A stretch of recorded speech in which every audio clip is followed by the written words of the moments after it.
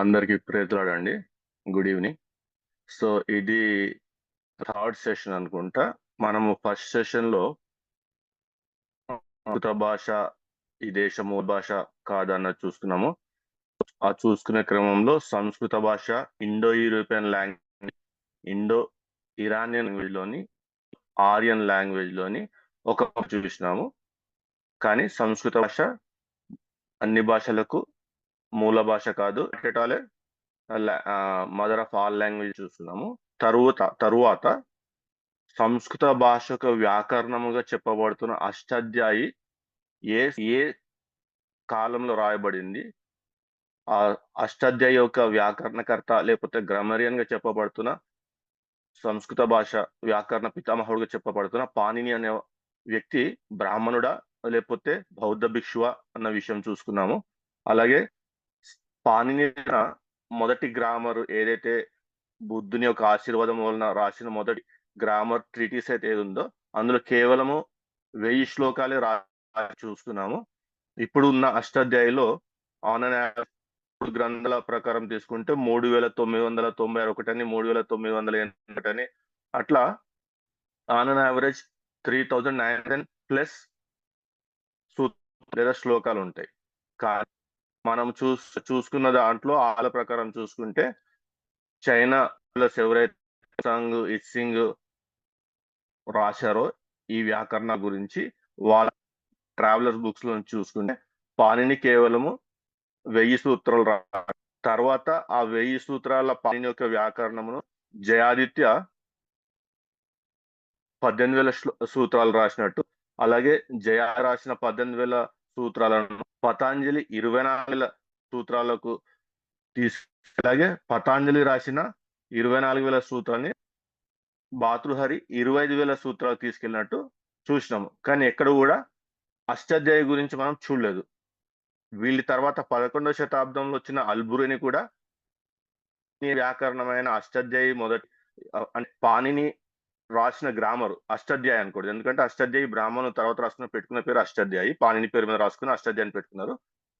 రచించిన వ్యాకరణము లేకపోతే గ్రామర్ టీటీస్ ఏదైతే ఉందో ఫస్ట్ అతని కంటే ముందు ఐంద్ర వ్యాకరణం అని, చంద్ర వ్యాకరణం అని, సకట వ్యాకరణం అని ఇట్లా 3 పాణిని రాసినాడు. అన్ని తర్వాత కూడా వ్యాకరణం ఉన్నట్టు మళ్ళా 11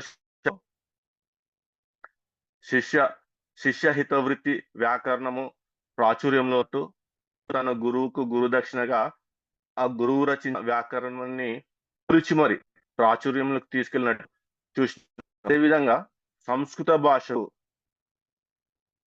ఈ ఇప్పుడున్న అష్టాధ్యాయి ఏదైతే గ్రామర్ ట్రీటీస్ ఉందో అది పాణినికి సంబంధం లేదు. పాణిని బౌద్ధ భిక్షు.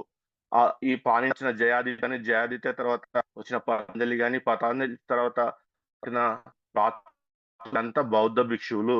వీళ్ళు బౌద్ధ విశ్వవిద్యాలయాల్లో, భారతదేశంలో ఉన్న బౌద్ధ విశ్వవిద్యాలయాల్లో విదేశీ విద్యార్థులు వచ్చి అడ్మిషన్ తీసుకుని చదువుకునే సమయంలో అడ్మిషన్ పొందుకునే కంటే ముందు వీరు రచించిన ఈ వ్యాకరణంని నేర్చుకొని అది వచ్చిన తర్వాతనే వీళ్ళు విద్యాలయాల్లో అడ్మిషన్ పొందేవాళ్ళు. యాజ్ సింపుల్ ఇట్ ఈస్ ఎట్లా అంటే అర్థమవుతామంటే మనం జర్మనీ వెళ్తున్నాం. జర్మనీ వెళ్లే ముందు అక్కడ first language, second language, third language, ఇక్కడ మనకు ఫస్ట్ లాంగ్వేజ్ ఇంగ్లీష్ అని, సెకండ్ లాంగ్వేజ్ తెలుగు అని, థర్డ్ లాంగ్వేజ్ సాంస్క్రిట్ ఉన్న క్రమంలో జర్మనీ నేర్చుకుంటేనే అక్కడ యూనివర్సిటీలో అడ్మిషన్ తీసుకునే ప్రాసెస్ ఉండేది. మరి ఇప్పుడు అది ఒకప్పుడు, ఇప్పుడు ఎట్లా ఉందో తెలియదు నాకు. అట్లా ఇక్కడ ఇండియా ఉన్న విశ్వవిద్యాలయం జాయిన్ అవ్వాలంటే ఈ వ్యాకరణం నేర్చుకున్న తర్వాతనే జాయిన్ అవ్వాలా. అండ్ ఈ వ్యాకరణం ఏదైతే బౌద్ధ భిక్షులు డెవలప్ చేసినారో దీన్ని బుద్ధిస్ట్ హైబ్రిడ్ సాంస్క్రిట్ గా మనం చూస్తున్నాం. ఈ వ్యాకరణాలనే తర్వాతి కాలంలో 11వ శతాబ్దం తర్వాత క్రమంలో సంస్కరించుకొని వాళ్ళు సంస్కృత వ్యాకరణంగా 4,000 అంటే ఆన్ రౌండ్ ఫిగర్ చెప్తున్నాను, 3985 శ్లోకాస్ పాణిని పేరు మీద ఒక వ్యాకరణం రాసి పెట్టినారు. అట్ ది సేమ్ టైం ఎందుకు వీళ్ళు అప్పుడే రాసుకోగలరు అంటే సంస్కృత భాషకు లిపి అనేది లేదు.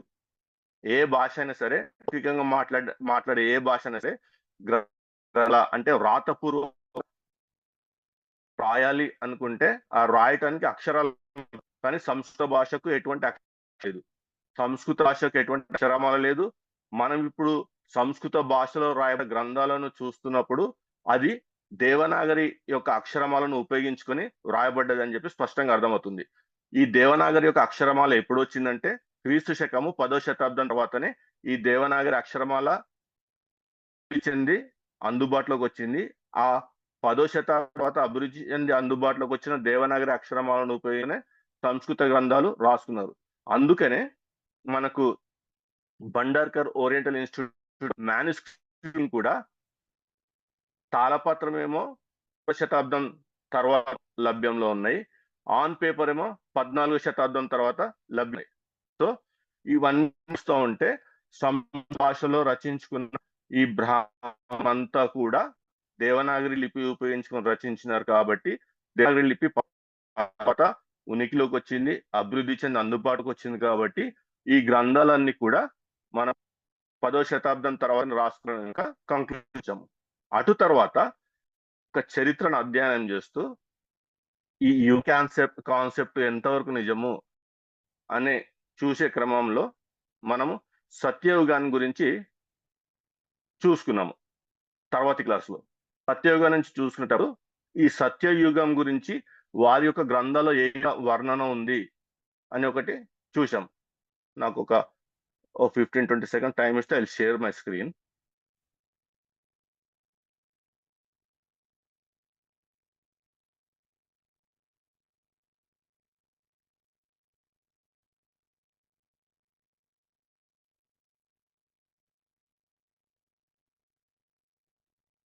సో మనము సత్యయుగం యొక్క వర్ణనలను ఒక 11 పాయింట్స్ కి వాళ్ళ గ్రంథాల నుంచి ఏ విధంగా అంటే వేదాల్లో కానీ, మహాభారతం కానీ, బ్రహ్మవైవర్త పురాణాలు కానీ, గరుడ మహాపురాణములు కానీ, దేవి భాగవత మహాపురాణములు కానీ చూసినప్పుడు సత్యయుగము ఈ విధంగా ఉంది అని చెప్తే ఒక 11 పాయింట్స్ రాసుకున్నాము.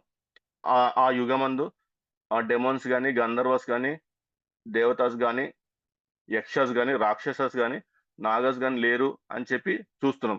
అలాగే all of them followed a single వేద అండ్ హ్యాడ్ వన్ రిలీజన్ అని చెప్పి చూస్తున్నాము. అలాగే ఆ వేదాలు, పురాణాలు, పంచతంత్రాలు అన్ని కూడా అందరూ డిస్కస్ చేసుకునేవారని చెప్పి చూస్తున్నాము.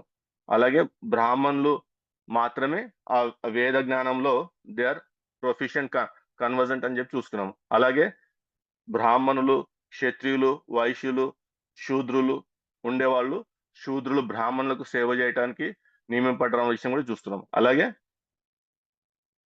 ఆయుష్కాలం 4000 సంవత్సరాలు కూడా చూసాం. అంటే ఈ గ్రంథాల పరంగా చూసుకున్నాం. అలాగే అందరూ పరంబనే సుప్రీం బీయింగ్ ని ఆరాధించాలని చెప్పి చూసాము. అలాగే ధర్మము 4 పాదాలపై నడుస్తుందని చెప్పి చూసాము. అలాగే కరువు లేదు, దొంగతనాలు లేవు, రోగాలు లేవు, ఈగో కానీ, మోసాలు కానీ, హిపోక్రసీ కానీ, ఇటువంటి కన్నింగ్నెస్ కానీ, భయాందోళనకు గురి చేసే ఆ విధమైన వాతావరణం కానీ ఎటువంటిది లేవని చెప్పేసి ఈ గ్రంథాల్లో రాసుకుని చూసినాం. కానీ ఈ విధంగా సత్యయుగానికి సంబంధించిన వేదాలు కానీ, సత్యయుగానికి సంబంధించిన మనుస్మృతిలో కానీ ఉందా అంటే దీనికి కంప్లీట్ విరుద్ధంగా వేదాలలో మంత్రాలు రాసుకుని చూసాము.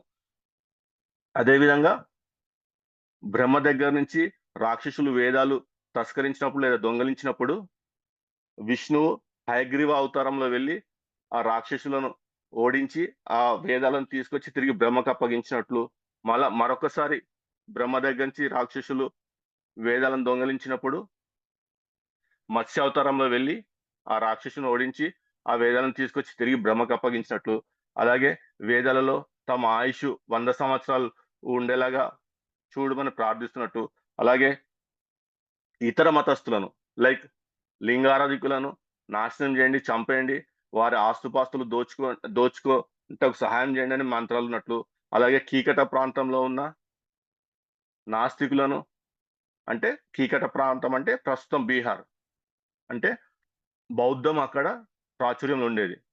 అక్కడ డైరెక్ట్ బౌద్ధం అని చెప్పకపోయినా కీకట ప్రాంతంలో ఉన్న మిమ్మల్ని ఆరాధించి, అంటే వీరు ఆరాధించుకున్న దేవుళ్ళని ఆరాధించని ఆ ప్రజల ఆస్తులను దోచుకోమని, వారి ఆవులను దోచుకోమని, వారి సంపదను దోచుకోవాలని చెప్పేసి, దోచుకుంటే సహాయం చేయమని చెప్పేసి రాసుకున్న మంత్రాలు చూస్తున్నాం. అలాగే దారి దోపిడీ దొంగల నుంచి కాపాడమని, కరువులు కరువు కాటకాలు ఉన్నప్పుడు కుక్క మాంసం తిన్నట్టు కూడా చూస్తున్నాం. అలాగే జంతువులు మనుషులను చంపుతున్నట్టు కూడా చూస్తున్నాం. అలాగే Dharma let me continue with mobile hotspot only. మళ్ళా ఏమైనా ఇబ్బంది ప్రాబ్లమ్.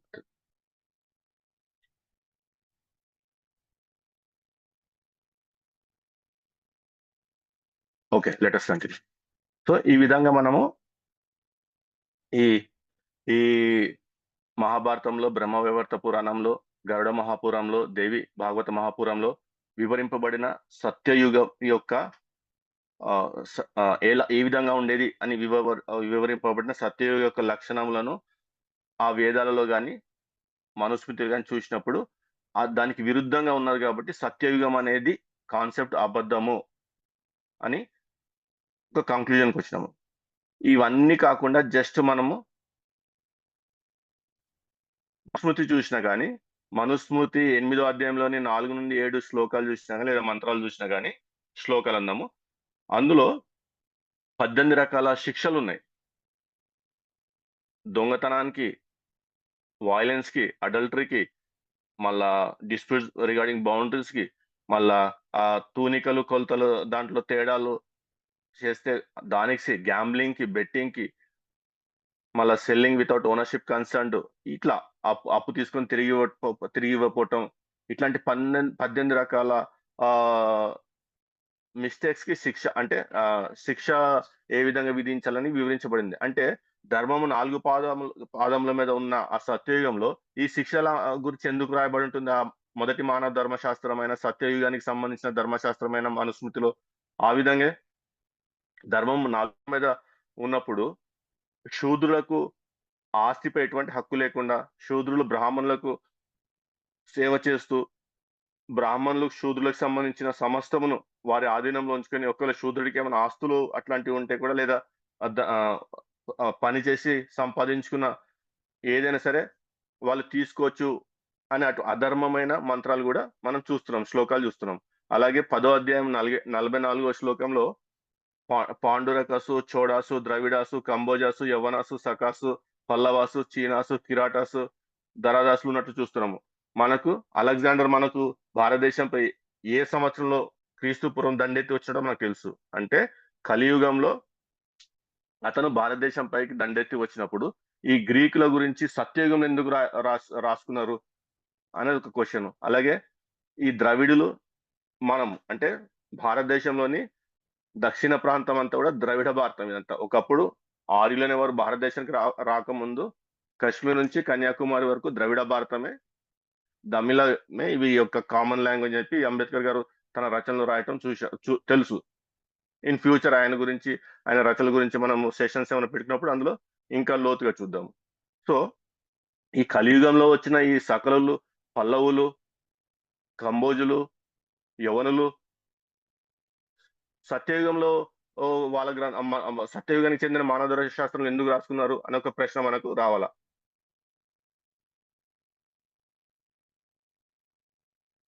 సో, నెక్స్ట్ మనం ఏం చేద్దామంటే సత్యయుగము అనేది వాస్తవంగా లేదు. కేవలం సత్యయుగానికి సంబంధించిన ఆధారాలు కేవలం పేపర్ మీద కనపడతాయి. అది కూడా కేవలం బ్రాహ్మణ వాంగ్మయంలో రాసుకున్న పురాణాల్లోనూ, ఇతిహాసాలుగా చెప్పబడుతున్న ఆ కావ్యాల్లో మాత్రమే సత్యయుగం యొక్క లక్షణాలు లేదా అవన్నీ చూస్తున్నాం. కానీ ఆన్ గ్రౌండ్ గాని, అండర్ గ్రౌండ్ గాని భారతదేశంలో ఆ యుగానికి సంబంధించిన ఎటువంటి ఆధారాలు మనకు లభ్యంలో లెవ్వు. Now let us move to Tretayuga. ఈరోజు మనం త్రేతాయుగాన్ని స్టడీ చేద్దాము.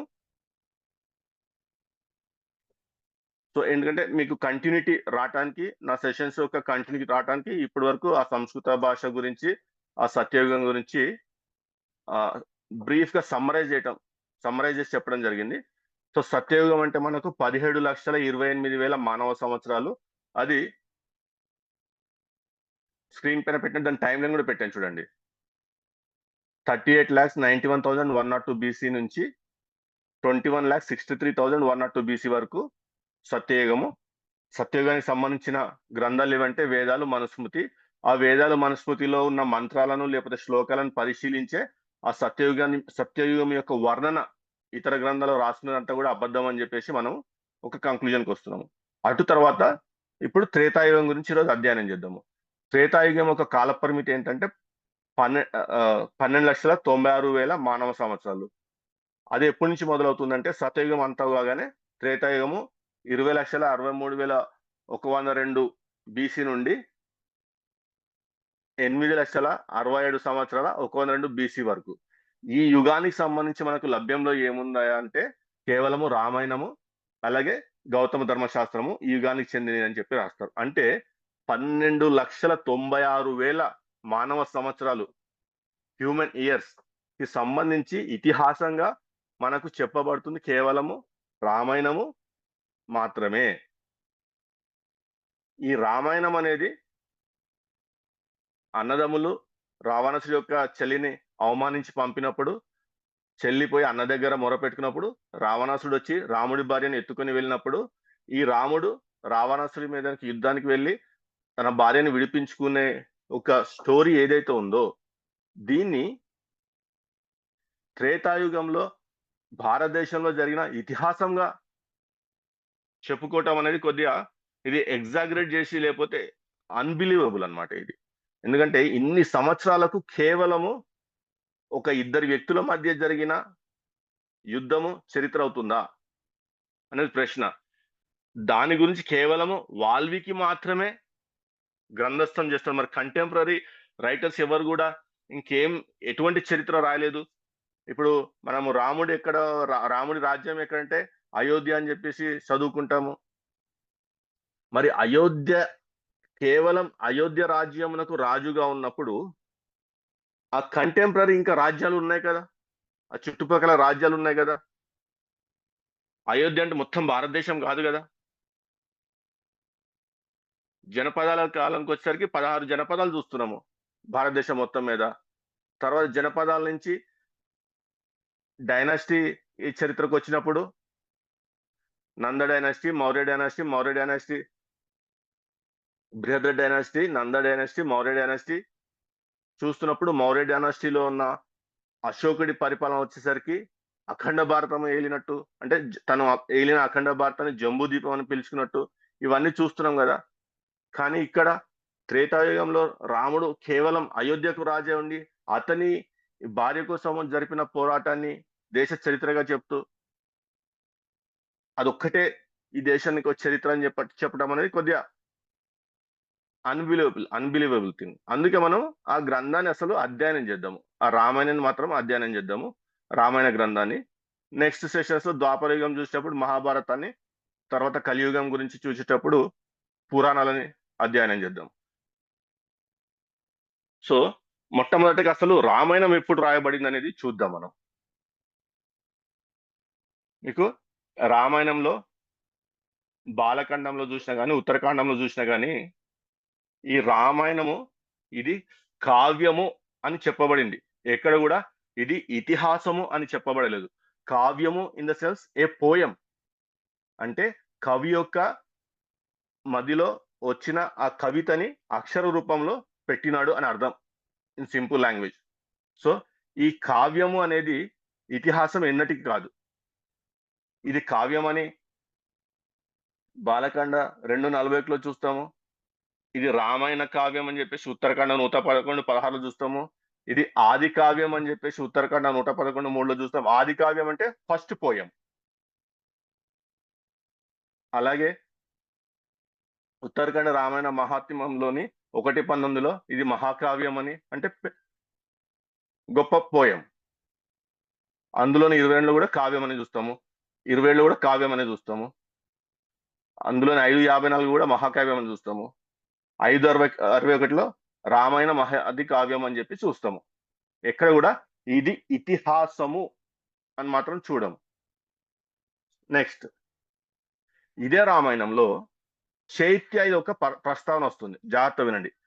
చైత్య ఈ పదం జాగ్రత్తగా వినండి. చైత్యాల యొక్క ప్రస్తావన వస్తుంది.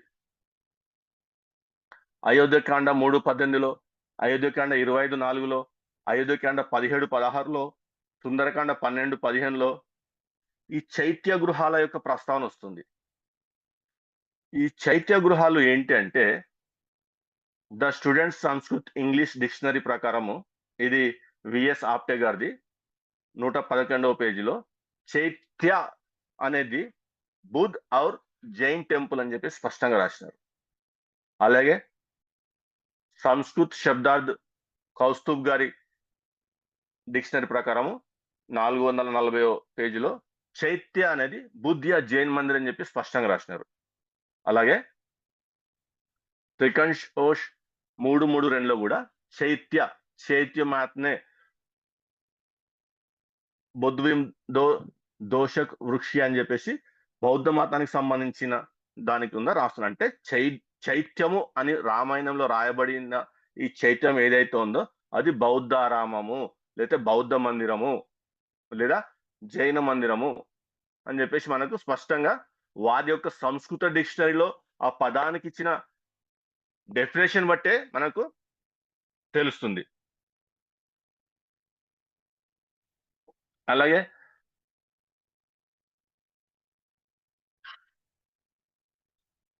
అయోధ్యకాండలోని 109లోని 34వ శ్లోకం చూస్తే బుద్ధుని యొక్క ప్రస్తావన ఇక్కడ ఉంటుంది. యథాహి చోరః స తథాహి బుద్ధః తథాగత నాస్తిక మత విద్య అని చెప్పేసి ఒక శ్లోకం ఉంటుంది. అర్థాత్ జైసా చోర్ దండని హోతా హై, ఇసీ ప్రకార్ బ్రాకెట్ లో వేద్ విరోధి అని చెప్తూ బుద్ధ్ మళ్ళీ బ్రాకెట్ లో బౌద్ధ మతావలంబి బి దండనీ హై, తథాగత్ ఈ పదం జాగ్రత్తగా వినండి, తథాగత్ नास्तिक विशेष और नास्तिक चार्वाक को भी यही इसी कोटि में समझना चाहिए. इसलिए प्रजा पर अनुग्रह करने के लिए राजा द्वारा जिस नास्तिक को दंड दिलाया जा सके उसे चोर के समान दंड दिला ही जाए, परंतु जो वश के बाहर हो అని చెప్పేస్తూ ఈ బౌద్ధ మతాన్ని ఈ చార్వాక దాన్ని నాస్తిక మతంగా చూపిస్తూ దొంగలను ఏ విధంగా శిక్షిస్తామో అలాగే ఈ బౌద్ధ మత అవలంబికులను శిక్షించాలి అని చెప్పేసి రాసుకున్నారు. ఇప్పుడు ఈ సోకాల్డ్ సూడో స్కాలర్స్ లేకపోతే సోకాల్డ్ సూడో హిందూ అపాలజిస్టులు ఏమంటారంటే ఈ బుద్ధ అనే పదము వ్యక్తి గురించి కాదు జ్ఞానము గురించి రాయబడింది అని చెప్పేసి, జ్ఞానము అని అర్థం వస్తుందని చెప్పేసి మనకు ఒక తప్పుడు అర్థం చెప్తాడు. సో ఇక్కడ జ్ఞానము అంటే మనం జాగ్రత్తగా అర్థం చేసుకోవాల్సిందంటే ఇంగ్లీష్ లో knowledge, it is not in physical form. Knowledge అనేది it is not in a physical form, and anything which is not in a physical form మనము శిక్షించలేము, దండించలేము. We cannot punish which is not existed in a physical form. So జ్ఞానము సంపాదించుకుంటే శిక్షించమంటున్నాడా? దొంగలను శిక్షించినట్టు జ్ఞానము సంపాదించుకున్న వారిని శిక్షించమంటున్నాడా? కాదు కదా, సెట్ అవ్వదు. అలాగే వెన్నెవర్ బుద్ధతో పాటు తథాగత్ అన్న పదము జోడింపబడినంటే స్పష్టముగా గౌతమ బుద్ధుని గురించి మాట్లాడుతున్నారు వీళ్ళు.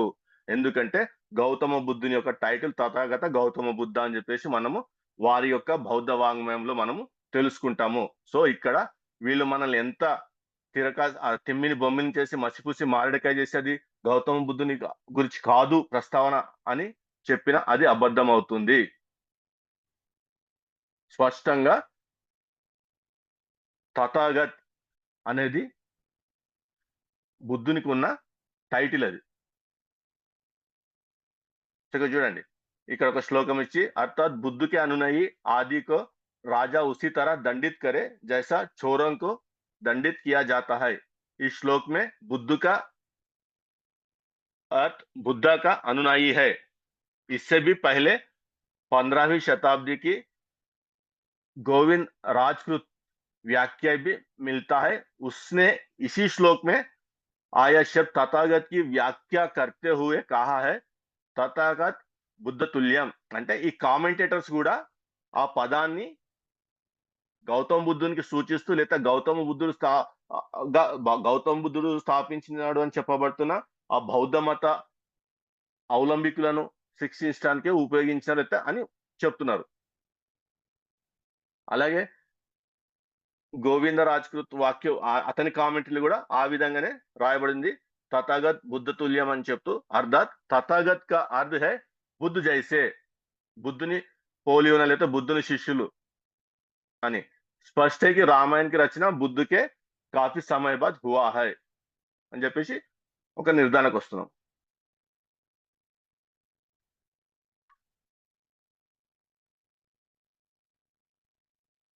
అలాగే ఈ పెద్ద సీరియస్ ఏం కాదు, చిన్న చిన్న చూద్దాం.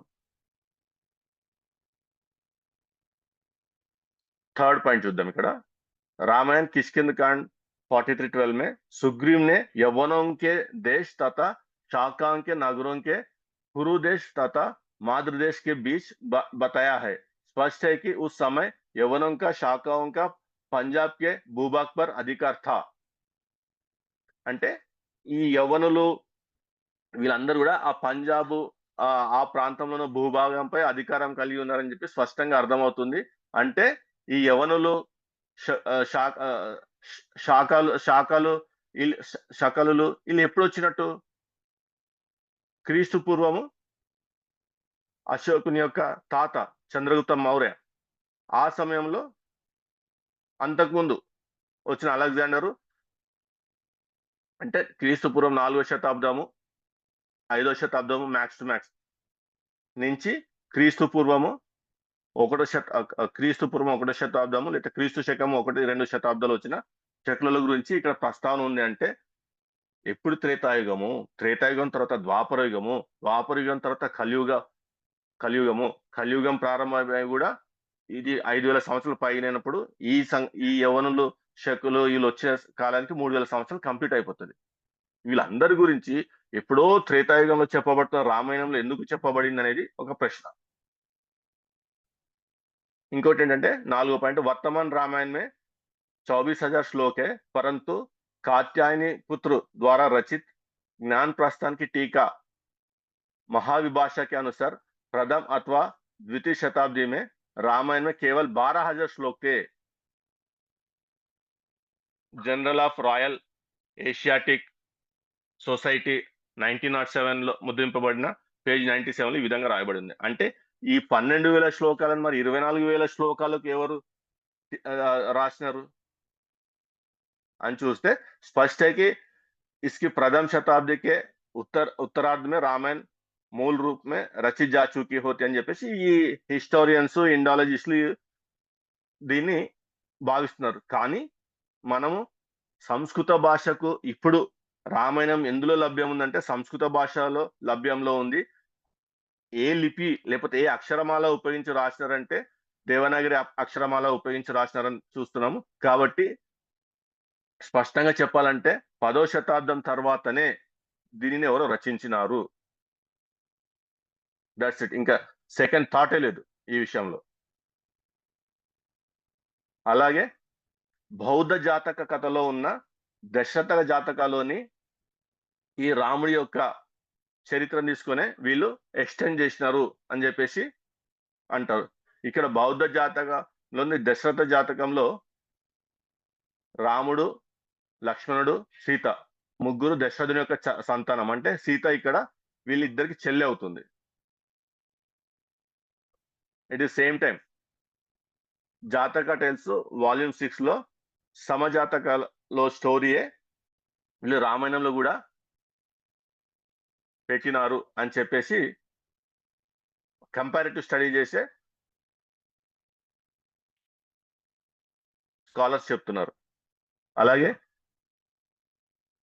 జాతక కథలోని 539వ మహాజనక జాతక కథను కూడా ఈ రామాయణంలో మెచ్చి రాసుకున్నారని చెప్పేసి, అలాగే శంభుక వధ కూడా బౌద్ధ జాతక కథలోని 498వ సిద్ధ సంభూత జాతక తీసుకొని రాసుకున్నారని చెప్పేసి ఈ విధంగా బౌద్ధ జాతక కథలోని కొన్ని కథలను తీసుకొని ఒక దగ్గర పెట్టి వీళ్ళు రామాయణంలో రాసినారు అని చెప్పేసి ఉంటుంది. అదే విధంగా ఈ యుద్ధకాండ 128, 112లో వాల్మీకి ద్వారా రచే గయి ఇస్ కావ్య కో జో సునతా హై అంటే ఈయన ద్వారా రాయబడిన ఈ కావ్యం లేకపోతే ఈ పద్యం లేకపోతే ఈ పోయం ఎవరైతే వింటారో అని ప్రస్తావిస్తూ దీన్ని ఇతిహాసం కింద ఎక్కడ కూడా చెప్పట్లేదు.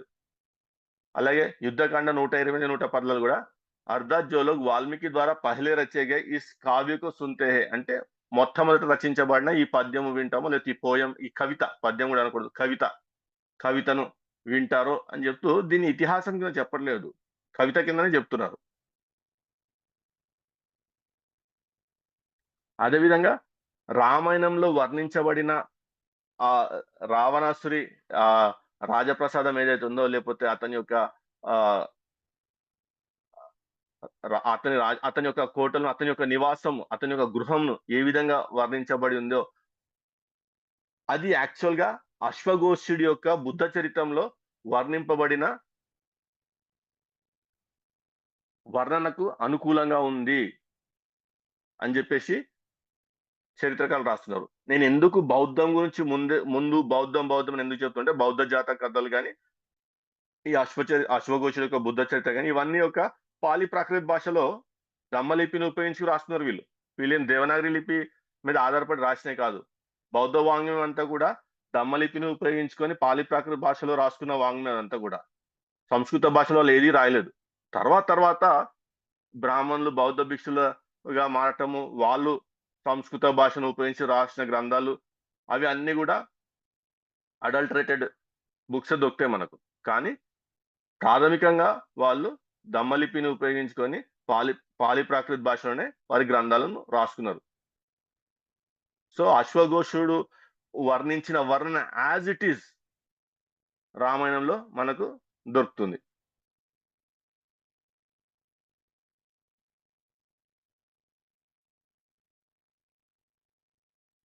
లైక్ ఆర్కియలాజికల్ తవ్వకాలలో గూడా డాక్టర్ లాల్ అనేవాడు 1995, 1976, 97 और 1979 to 1980 अयोध्या के जन्मभूमि प्रदेश हनुमानगढ़ी, सीता की रसोई, नल टीला, కౌశల్య ఘాట్ ఆది 14 అలగ్ అలగ్ స్థానం పే తవ్వకాలు జరిపినాడు. ఆర్కియలాజికల్ తవ్వకాలు జరిగినప్పుడు అక్కడ దొరికిన వస్తువులు ఏవి కూడా క్రీస్తు పూర్వము 7వ శతాబ్దము, 8వ శతాబ్దంకి దాటి వెళ్ళట్లేదు.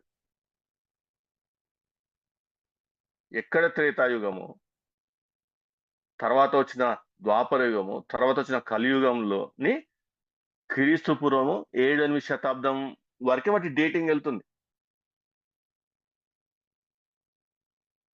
అంటే ఈ ఆర్కియలాజికల్ తవ్వకాల్లో దొరికినవెవ్వి కూడా ఈ త్రేతాయుగానికి సంబంధించినవి కాదు. ఎందుకంటే వీటి డేటింగ్ క్రీస్తు పూర్వము 7వ శతాబ్దం, 8వ శతాబ్దం అంటే ఈ రామాయణము అప్పుడుది కాదు. ఈ కాలంది అనాలప్పుడు.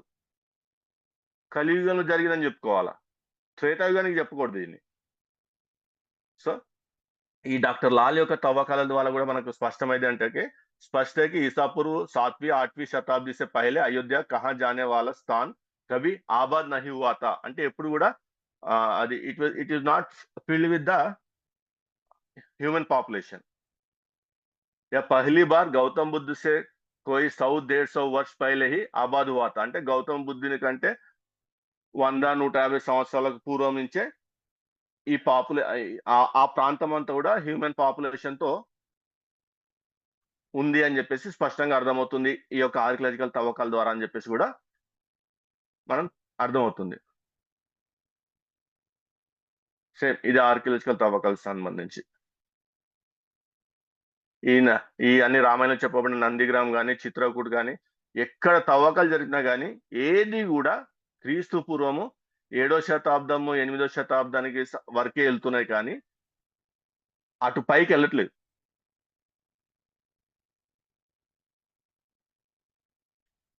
ఇంకొకటి ఏం చూద్దామంటే ఈ వీళ్ళు ఎంత ధూర్తులు అంటే మూల శ్లోకాలను తప్పుగా అనువాదించి రామాయణంలో రాముడు కందమూల ఫలాలు మాత్రమే తిన్నాడు, మాంసాహారము తినలేదు అని ఎంత తప్పుగా అనువదించి రాస్తున్నారు కూడా చూద్దాం. సో ఇప్పుడు వరకు మనము రామాయణము ఎప్పుడు రాయబడింది, అది ఇతిహాసం అని చెప్పబడిందా, లేకపోతే కావ్యం అని చెప్పబడిందా చూసుకున్నాము. తర్వాత అందులో చెప్పబడిన చైత్య గృహాలకు అర్థం ఏంటి, చైత్య గృహాలంటే వారి యొక్క సంస్కృత డిక్షనరీస్ లోంచే చైత్య గృహాలంటే బౌద్ధ మందిరాలు అయితే జైన మందిరాలు అని చెప్పేసి చూసుకున్నాము. అటు తర్వాత ఆర్కియలాజికల్ తవ్వకాలు ఆ రామాయణంలో చెప్పబడిన ముఖ్య ప్రదేశాల్లో జరిపినప్పుడు అక్కడ దొరికిన వస్తువులు ఎవ్వి కూడా క్రీస్తు పూర్వము 7వ శతాబ్దము 8వ శతాబ్దంకు దాటట్లేదు. మనం క్రీస్తు పూర్వం 5వ శతాబ్దం నుంచి అంటే గౌతమ బుద్ధుని చరిత్ర మనకు అథెంటిక్ ఆర్కియలాజికల్ ఎవిడెన్స్ సహా మనకు అక్కడి నుంచి చరిత్ర ఉంటుంది. సో వాళ్ళు చెప్పడం ఏంటంటే ఆ ప్రాంతం కూడా గౌతమ బుద్ధుని కంటే 100-150 సంవత్సరాలకు ముందు నుంచి మనుషులతో అది నింపబడింది అని చెప్తూ ఆర్కియలాజికల్ గా చూసినా కానీ డేటింగ్ కుదరట్లేదు. త్రేతాయుగానికి సంబంధించిన డేటింగ్ కుదరట్లేదు. ఇప్పుడు ఈ రాముడు మాంసాహార్య శాకాహార్య అని ఏ విధంగా మనల్ని శాకాహారి అని బుకాయిస్తున్నారో చూద్దాం. ఇక్కడ 2 ట్రాన్స్లేషన్స్ తీసుకుంటున్నాను. గీతా ప్రెస్ వారి యొక్క రామాయణము, ఇంకొకటి తిరుమల తిరుపతి దేవస్థానం వారిచే రాయబడిన శ్రీమద్ వాల్మీకి రామాయణం, వారి యొక్క ఆధ్వర్యంలో ముద్రింపబడిన ఈ రామాయణం.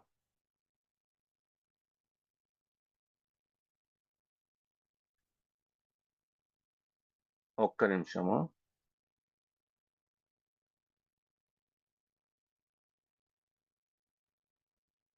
బ్రదర్ వెయిటింగ్ రూమ్ లో ఉన్న వాళ్ళని ఒకవేళ వీలైతే అడ్మిట్ చేసుకోరా, బికాజ్ నాకు అది టెక్స్ట్ కనపడకుండా అడ్డొస్తుంది. ఆ ప్రాంప్ట్ టెక్స్ట్ కనపడకుండా అడ్డొస్తుంది నాకు స్క్రీన్ మీద. Yeah, thank you very much.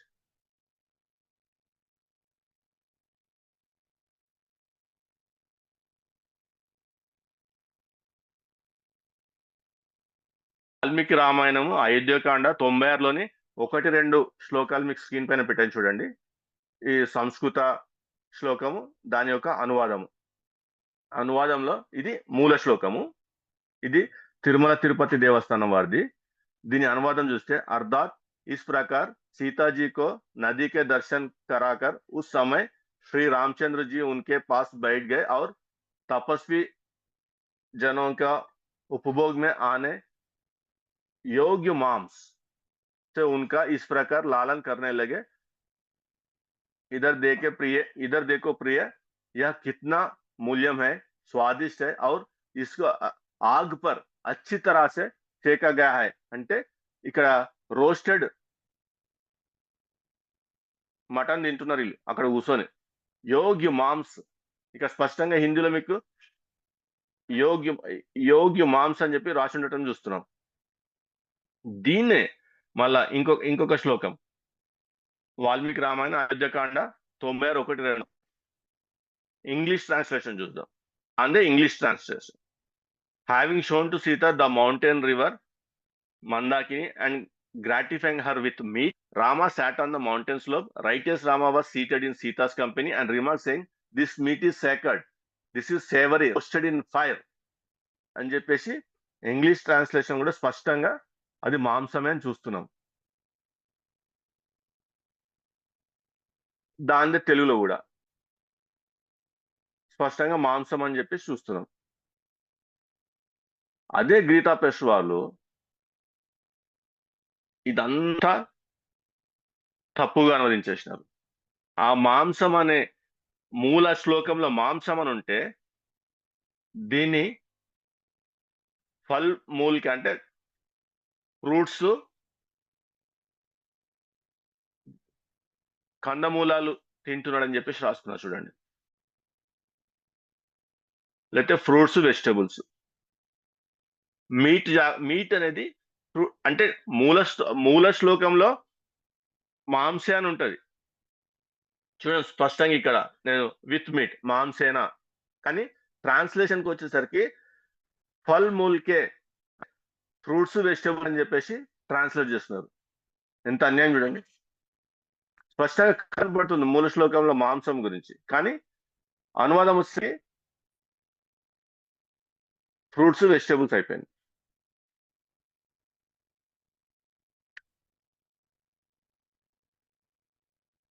Next ఇదే వాల్మీకి రామాయణకాండ 52 ఉంది.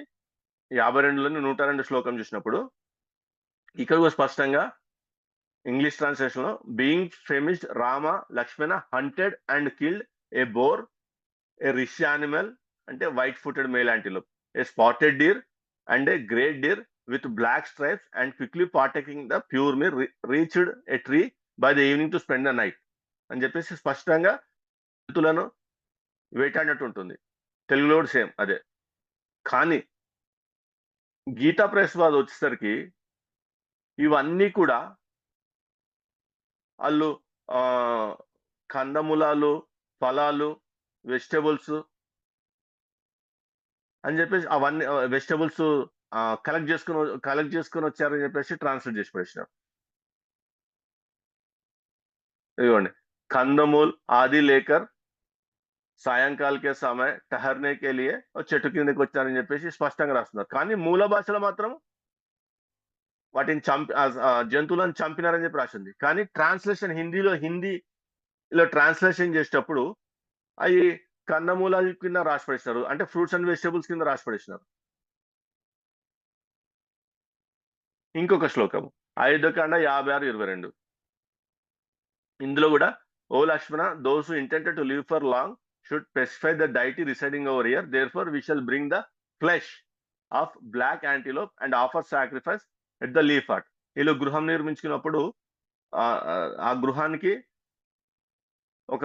ఆ గృహంలో గృహ ప్రవేశం అప్పుడు బ్లాక్ యాంటీలోప్ ని బలి ఇవ్వాలని చెప్పేసి దాని యొక్క మాంసాన్ని అక్కడ పెట్టాలని చెప్పేసి రాసుకున్నారు. తెలుగు ట్రాన్స్లేషన్ కూడా అంతే ఉంటుంది. ఇక్కడికి వచ్చేసరికి ఆ మాంసం ప్లేస్ లో మళ్ళా ఫ్రూట్స్, వెజిటబుల్స్ వచ్చేసినాయి ట్రాన్స్లేషన్ కి. మూల శ్లోకంలో మాంసం అని ఉంటది, కానీ ట్రాన్స్లేషన్ వచ్చేసరికి ఫ్రూట్స్, వెజిటబుల్స్ అని చెప్పి రాసుకున్నారు.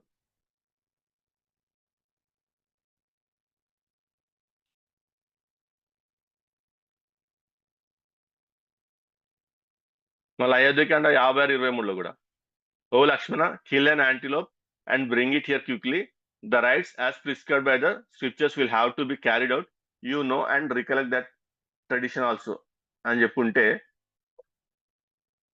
ఇక్కడ గోరఖ్పూర్ ప్రెస్ వాళ్ళకి వచ్చేసరికి మళ్ళా అవి ఫ్రూట్స్, వెజిటబుల్స్ కిందే రాసుకున్నారు.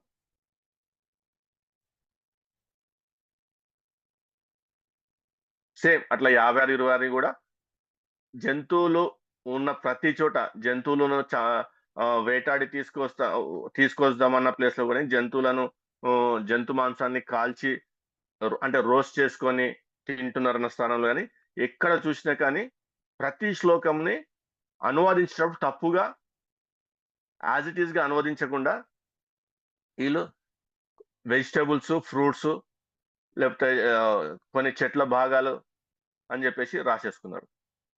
సో అంటే ఈ టాపిక్ ఏంటంటే వాళ్ళు ఎంతకైనా దిగజారుతారు. ఒక అబద్ధాన్ని ఈ విధంగా మూల శ్లోకాన్ని తర్జుమా చేసేటప్పుడు తప్పుగా తర్జుమా చేసి కూడా ప్రచారం తీసుకురాగలరు.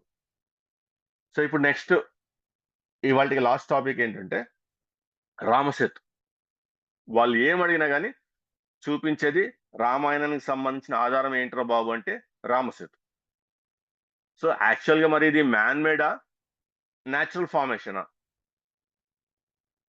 మరి రామసేతు గురించి రామాయణంలో ఏం రాయబడింది, ఇప్పుడు మనం కంటి ఎదురుగుండా ఉన్న రామసేతు ఎట్లా ఉంది అనేది కూడా పరిశీలిద్దాం.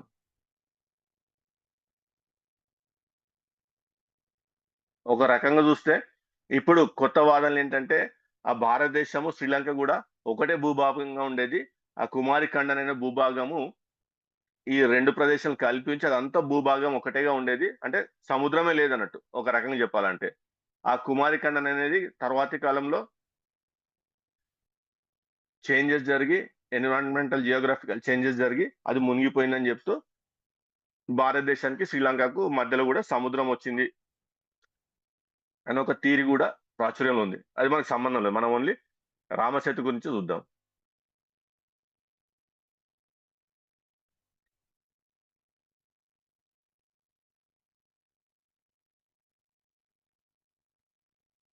ఇక్కడ లెంత్ రామసేతుని దాన్ని the celestials and the Gandharvas the heavenly musicians on Nala's bridge, అంటే రామసేతుని కూడా నలాస్ బ్రిడ్జ్ అని చెప్పి ఆ రామాయణం రాయబడింది. రాస్తూ having a width of 10 yojanas and length of 100 yojanas and which was very difficult to built అని చెప్పేసి దాని మెజర్మెంట్స్ ఇచ్చినారు. 10 యోజనాల వెడల్పు, 100 యోజనాల పొడవు. ఇది నల అనే ఒక, అంటే ఆ బ్రిడ్జ్ యొక్క ఇంజనీర్ నల, అతని పేరు.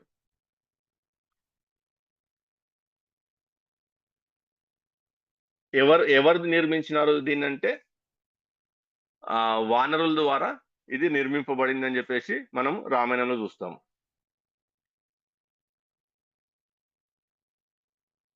ఇక్కడ ఏంటంటే ఇది రామసేతు నహి, యాక్చువల్ గా రామాయణంలో ఎక్కడ కూడా రామసేతు అని చూడం మనం, నలసేతు అని చెప్పి చూస్తాం. రాములు ఎక్కడ కూడా రామసేతు అని చెప్పి చూడము, నలసేతు అని చూస్తాము. మీకు వాల్మీకి రామాయణము మొదటి అధ్యాయంలోని 3వ చాప్టర్లో 34వ శ్లోకం పెట్టాను చూడండి. సంగంస సముద్రస్య నల సేతేశ దర్శనం, అంటే ఆల్రెడీ అక్కడ ఉన్న నలసేతుని దర్శించుకుంటున్నాడు రాముడు.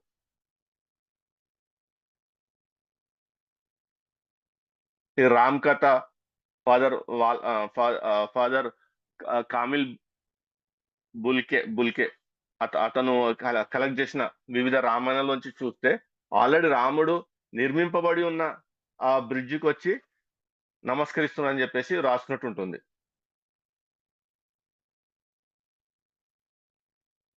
ఇంకొంచెం సంగంచ సముద్రస్య నలసేతేశ బంధనం, దర్శిస్తున్నాడు మళ్ళీ వందనం చెప్తున్నాడు.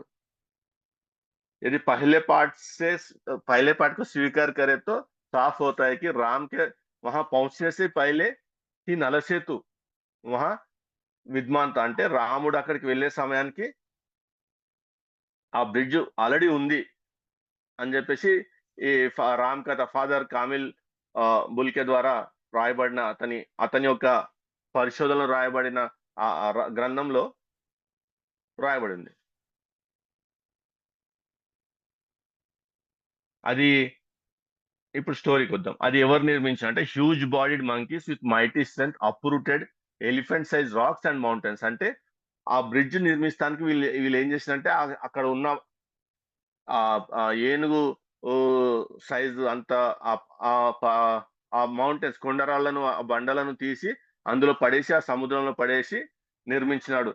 అట్లా పడేసినప్పుడు ఆ నీళ్లు పైకి ఎగజిమ్మిని అని చెప్పేసి, ఆకాశానికి ఎగజిమ్మిని నీళ్లు, అంటే ఆ బరువైన వస్తువు ఆ నీటిలో పడటం వల్ల నీళ్లు పైకి ఎగజిమ్మిని అని వర్ణించుకుంటూ కూడా శ్లోకాలు రాస్తున్నారు. ఈ స్టోరీ అంతా ఇది హంబక్ స్టోరీ. రామన్ రాయంగానే ఆ రాయి నీళ్ళలో తేలుతనేది కూడా అబద్ధం. అది అసలు రామాయణంలో ఎక్కడ కూడా లేదు అట్లా. ఇది కేవలం అబద్ధం. మనం రామాయణంలో చూస్తే ఆ కోతులు లేదా వానరులు పెద్ద పెద్ద కొండరాలను తీసుకొచ్చి ఆ నీళ్ళలో ఇసిరేసినట్టు, ఆ కొండరాలు ఆ నీళ్ళలో పడ్డప్పుడు ఆ నీళ్లు ఆకాశానికి వేసినట్టు మంత్రాలు రాస్తున్నారు. కానీ ఎక్కడ కూడా ఆ ప్రతి రాయి మీద కూర్చొని రామ్ రామ్ అని రాసుకుంటా పెడుతుంటే అవి తేలినట్టు, దానిపైన నడుచుకుంటూ వెళ్ళినట్టు లేదు. అది అబద్ధం, అది కల్పిత స్టోరీ. అలాగే ఏ రోజు ఎంత దూరం నిర్మించినారు ఆ బ్రిడ్జ్ అనేది కూడా స్పష్టంగా రాయబడి ఉంటుంది రామాయణంలో. On the first day 14 yojanas of bridge were constructed by the monkeys. On the second day 20 yojanas, మీకు ముందే చెప్పాను కదా, 10 యోజనాల వెడల్పుతో 100 యోజనాల పొడుగు నిర్మించబడింది అది. మొదటి రోజు 14 యోజనాలు, రెండవ రోజు 20 యోజనాలు, మూడవ రోజు 21 యోజనాలు, నాలుగవ రోజు 22 యోజనాలు, అలా 5వ రోజు వచ్చేసరికి 23 యోజనాలు అది కంప్లీట్ అయిపోతుంది. అంటే మొత్తం 100 యోజనాల పొడుగు. ఒక్క యోజనం అంటే 9.66 కిలోమీటర్స్. లేదా యోజనం అంటే 12 ఇంకొక బుక్ అంటే 3 రకాలుగా వీళ్ళు ఆ మెజర్మెంట్స్ తీసుకున్నారు. 3 బుక్స్ నుంచి 3 రకాల మెజర్మెంట్స్ మీకు స్క్రీన్ పైన పెట్టాను. ఒక దాంట్లో 9.66 కిలోమీటర్ అని, ఒక దాంట్లో 12.8 కిలోమీటర్స్ అని, ఒక దాంట్లో 14.48 కిలోమీటర్స్ అని చెప్పి రాస్తున్నారు. మనం లీస్ట్ వన్ 9.66 కిలోమీటర్ తీసుకుందాం. అంటే ఒక్క యోజనం అంత అంటే 100 యోజనలు ఎంత పొడుగు ఉండాలా మీరు క్యాల్కులేట్ చేసుకోండి. 100 ఇంటూ 9.66 కిలోమీటర్స్ అంత పొడుగు ప్లస్ 10 ఇంటూ 9.66 కిలోమీటర్స్ వెడల్పు. అంత పెద్ద రామసేతు అది. మరి ఇప్పుడు అంత పెద్ద రామసేతు మనకు కనపడుతుందా? అంత పొడవు రామసేతు మనకు కనపడుతుందా? మీకు స్క్రీన్ పైన ఇప్పుడున్న రామసేతు డిస్టెన్స్ ఎంతో పెట్టాను చూడండి. యాక్చువల్‌గా రామసేతు అని ఎక్కడ లేదు రామాయణంలో. మనకు వాడుక భాషలో అంటే మనకు రామసేతు, రామసేతు అని మన బుర్రలో నింపినారు కాబట్టి రామసేతు అని ప్రస్తావిస్తున్నాం. యాక్చువల్‌గా రామాయణంలో నలసేతు అని రాయబడి ఉంటుంది.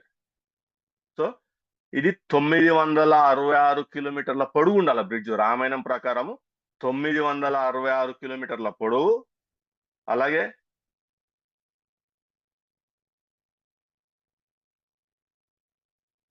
వెడల్పు వచ్చేసి 9.66 ఇంటూ 10 అంటే 96 కిలోమీటర్ల పొడవు, 96.6 కిలోమీటర్ల వెడల్పు, 966 కిలోమీటర్ల పొడవు. ఈ ఈ బ్రిడ్జ్ నలసేతు బ్రిడ్జ్ రామాయణంలో చెప్పబడిన నలసేతు బ్రిడ్జ్. ఇప్పుడు మనం చూస్తున్న రామసేతుగా చెప్పబడుతున్న బ్రిడ్జ్ తిప్పి తిప్పి కొడితే ఫారెస్ట్ డిస్టెన్స్ 51 కిలోమీటర్స్. అది కూడా రామేశ్వరం నుంచి తలైమన్నార్ వరకు 51 కిలోమీటర్స్. మళ్ళీ ఇంకొక డిస్టెన్స్ 36 కిలోమీటర్స్. ఇంకొక డిస్టెన్స్ 32 కిలోమీటర్స్. మరి మిగిలిన మనము ఫారెస్ట్ తీసుకుందాం. 51 కిలోమీటర్స్ తీసుకుందాం. 51 కిలోమీటర్స్ తీసుకున్నప్పుడు 966 కిలోమీటర్స్ లోంచి ఈ 51 కిలోమీటర్స్ తీసేస్తే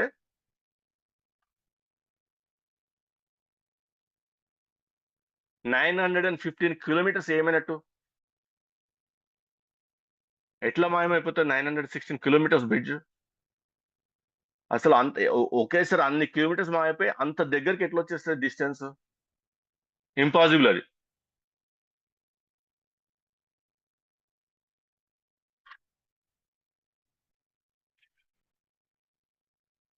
ఇంకా ధనుష్కోడి నుంచి తలైమన్నార్ వరకు 36 కిలోమీటర్లు. అట్లా రామేశ్వరం నుంచి తలైమన్నార్ వరకు 50 కిలోమీటర్లు అని చెప్పేసి మీకు ఇంకా షార్టెస్ట్ డిస్టెన్స్ 30 కిలోమీటర్లు అని చెప్పేసి మీకు అర్థమని పెట్టాను. At the same time NASA వాళ్ళు, ఏఎస్ఐ వాళ్ళు, జియోలాజికల్ సర్వే ఆఫ్ ఇండియా వాళ్ళు, ఎస్ఎస్సి వాళ్ళు, ఇస్రో వాళ్ళు దీని గురించి ఏం రాశారనేది కూడా మనం చూస్తే నాసా వాళ్ళు వీళ్ళు ఏంటంటే నాసా వాళ్ళు రామ్ సేతు ఉందని కన్ఫర్మ్ చేస్తారని చెప్పి చెప్తున్నారు. అవన్నీ అబద్ధం అని చెప్పేసి మార్క్ హెస్ అఫీషియల్ స్టేట్మెంట్ ఇచ్చినాడు. మేము remote sensing images or photographs from orbit cannot provide direct information about the origin or age of a chain of islands and certainly cannot determine whether humans are involve in producing any of the pattern seen అని చెప్పేసి వీళ్ళు NASA పేరు మీద చెప్పుకొని ప్రచారం చేసుకుంది అంతా కూడా అబద్ధం అని చెప్పేసి స్పష్టంగా ఇతర వెబ్సైట్లు ఏదైతే మా పేరు చెప్పుకొని ప్రచారం చేస్తున్నారో అది మేము కన్ఫర్మ్ చేయట్లేదు, అది మేము చెప్పలేదు. The images reproduced on website will be ours, but their interpretation is certainly not ours. వాళ్ళు తీసిన ఆ ఇమేజెస్ ని అడ్డం పెట్టుకొని వాళ్ళు చెప్పిన ఇంటర్ప్రిటేషన్ కాకుండా వీళ్ళ సొంత ఇంటర్ప్రిటేషన్ జోడించేసి నాసా వాళ్ళు రామసేతుని కన్ఫర్మ్ చేశారు, రామసేతు నిర్ధారించారు అని చెప్పి చెప్పుకుంటున్న ప్రచారం అంతా కూడా అబద్ధం అని చెప్పేసి అఫీషియల్ స్టేట్మెంట్ ఇచ్చారు. అలాగే ఆర్కియలాజికల్ సొసైటీ వాళ్ళు ఇండియా వాళ్ళు కూడా not a man made structure. Ramasetu is a natural formation made up of shoals and bars which are possessed of their particular shape or form due to several million of sand action and sedimentation అని అది ఏ విధంగా ఆ bed అనేది ఏ విధంగా form అయిందంటే స్పష్టంగా archaeological survey of India వారి యొక్క అఫీషియల్ స్టేట్మెంట్ ఇది. Further the archaeological survey of India justified it sand of the bridge not being man made by stating that no human remains have been discovered at the site of the formation known as the Adams Bridge. దీని Adams bridge అని కూడా పిలుస్తారు. So ఇంత స్పష్టంగా archaeological survey of India వాళ్ళు కూడా దాన్ని తిరస్కరిస్తున్నారు. వీరి ఆ కాల పరిమితి కూడా అది between 18,000 and 7,000 years BP, during which time would have been possible for human beings and animals to travel on foot between India and Lanka అని చెప్పి రాస్తూ కూడా ఆ కాల పరిమితి వాళ్ళు ఒక ఏదైతే ఎస్టిమేట్ చేస్తున్నారో అది త్రేతాయుగానికి సంబంధం లేదు.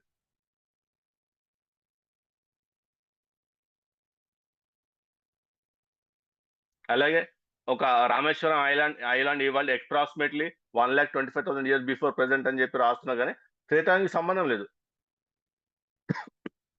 సో వాళ్ళు స్పష్టంగా చెప్తున్నారు, it is not man made, it is natural formation అని చెప్పేసి.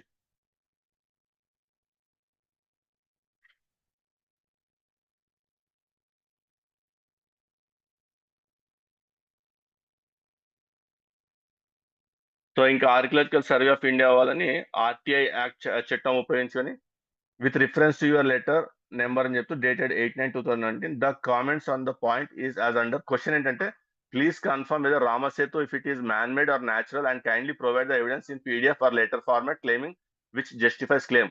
What is the estimated age of Ram Setu? No such archaeological study has been made by the archaeological survey of India అని చెప్పి సింపుల్ గా తీసి పడేసినారు.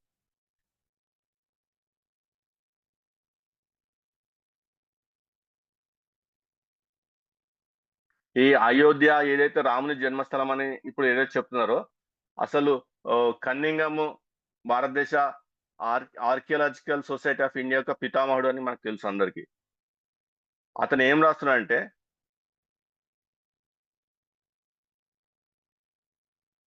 there are several very holy Brahmanical temples about Ayodhya, but they are all of modern date, and without any architectural pretensions whatever అని చెప్పేస్తూ he mentioned Ramkot or Hanuman-Gari on the east side of the city is a small walled fort surrounding a modern temple on the top of an ancient mount అని చెప్తూ what is extremely significant is that he actually identified a Janamasthan or birthplace temple of Rama in a totally different area, not from Lakshman Ghat, in the very heart of the city.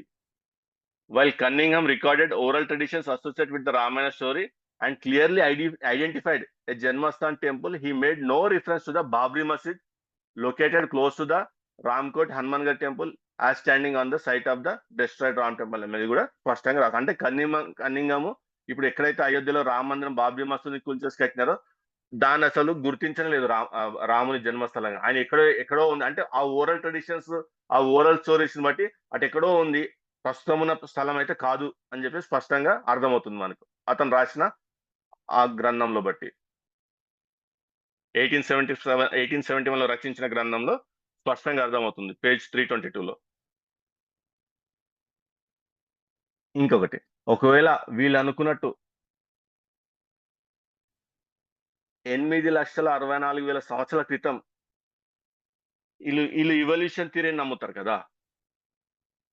మనం creation theory నమ్మితే వీళ్ళు evolution థియరీని నమ్ముతారు. Brother పాటలు కూడా starting లో పాట కూడా పాడినట్టున్నారు, కోతి నుంచి వచ్చినట్టు అట్లేదు. అట్లా ఇవాల్వ్ అవుతూ వస్తే ఇట్లా ఉంటాడు రాముడు. మనకి నా రైట్ సైడ్ ఉన్నాడు, ఇట్లా ఉంటాడు రాముడు.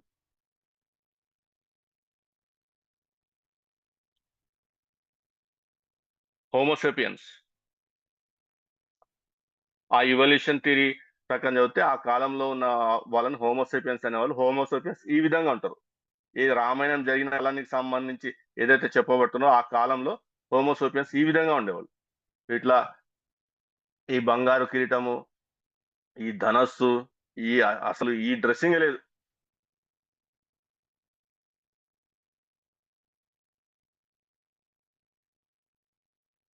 ఇది marine and water resource group of అంటే ఎస్ఎస్సి లేకపోతే ఇస్రో వాళ్ళు చేసిన దాంట్లో కూడా the authors concluded that Adam bridge is not man made but compresses 1 or 3 small patch reefs lying in a linear position with reef crest. అంటే వీళ్ళు కూడా అది మ్యాన్ మేడ్ కాదని చెప్తున్నారు. వీళ్ళు దాని ఏజ్ వచ్చేసి ఆ కోరల్ రీఫ్ ఏజ్ వచ్చేసి మాక్సిమం 4,180 లేకపోతే 3,860 ఇయర్ ఎగో అని అంటే ద్వాపరయుగ అంతంలో అది అన్నట్టుగా చెప్తున్నారు.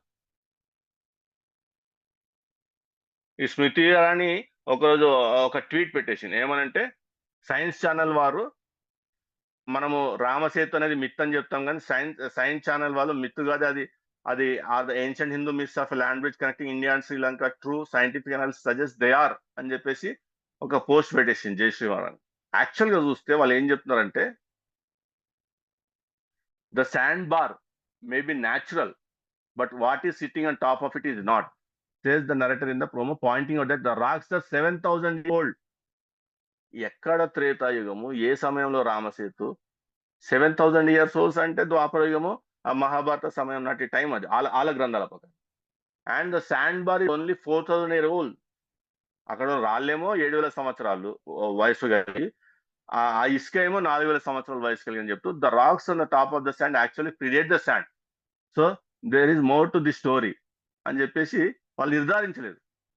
న్యాచురల్ గానే చెప్తున్నారు, మ్యాన్ మేడ్ అని ఎక్కడ నిర్ధారించారు, రామసేతు అని చెప్పి ఎక్కడ కూడా నిర్ధారించలేదు. ఇక నెక్స్ట్ కంక్లూజన్ లో ఈజ్ రామ గాడ్ అనేది చూద్దాం. మీకు ముందే హెచ్చరిస్తున్నాను, ఇదంతా నేర్చుకున్నది మనల్ని మనము సత్యంలో ఇంకా బలంగా స్థాపించుకున్నట్టుకే, అంతేగాని ఇతర విశ్వాసాలను దూషించుట కానీ ఇతరుల విశ్వాసాన్ని హేళన చేయటం కానీ దయచేసి ఉపయోగించొద్దు. అది అన్బిబ్లికల్. మీరు నిజంగా దేవుని యందు భయభక్తులు కలిగి ఉండి దేవుని యొక్క ఆత్మను మీరు కలిగి ఉన్న వాళ్ళైతే తప్పుగా ఈ సమాచారాన్ని అస్సలు ఉపయోగించొద్దు. ఒకరిపై కోపంతోనో ఒకరిపై ద్వేషంతోనో దీన్ని తీసుకెళ్లి వాళ్ళని హేళన చేయటానికో వాళ్ళని తక్కువ చేయటానికో వాళ్ళని బాధ పెట్టడానికో ఇది అస్సలు ఉపయోగించొద్దు దయచేసి. అట్లా నేను ఎక్కడ మీ పోస్టులు చూస్తే నేను సెషన్స్ ఆపేస్తా, సీరియస్ చెప్తున్నా, because I'm not that kind. మనం ఎప్పుడు కూడా ప్రేమతోనే జయించుకోవాలా. ద్వేషం అనేది ఇప్పుడు నువ్వు ద్వేషిస్తున్నావు అంటే నువ్వు క్రిస్టియన్ కాదు, as simple as it is. So ఇప్పుడు రాముడు దేవుడా కాదని చూద్దాం. అరణ్యకాండ 3:63లోని 1-4 శ్లోకాలు చూసినప్పుడు రాముడు బాధపడతా ఉంటాడు. ఏమనంటే, పూర్వజన్మలో నేను అనేక పర్యాయములు ఇష్టము వచ్చినట్లు పాపకర్మములు చేసి ఉన్నాను, సందేహము లేదు, దాని ఫలితమే ఇప్పుడు వచ్చి పడింది, అందుచేతనే నేను కష్టము మీద కష్టము అనుభవించుచున్నానని చెప్పేసి మొరపెట్టుకుంటాడు లక్ష్మణుడితో. సో పాపములు చేసేవాడు, పాప కర్మము ఫలితమును అనుభవించేవాడు దేవుడని చెప్పలేము.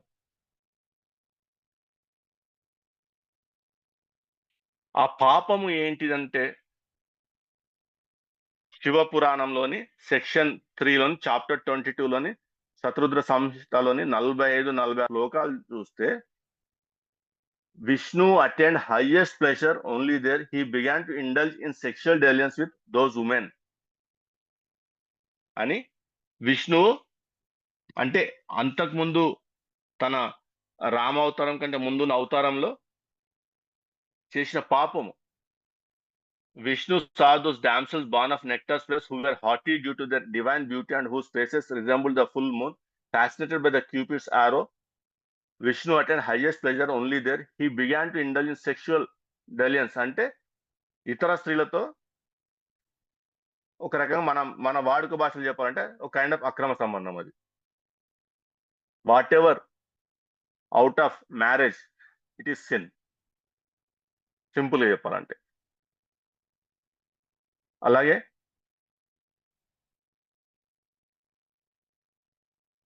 శివపురాణ సంహిత 2 యుద్ధకాండ 5-23 అధ్యాయం 36-46 శ్లోకాలు చూసినట్టే, once at the end of the sexual intercourse she realized that it was Vishnu.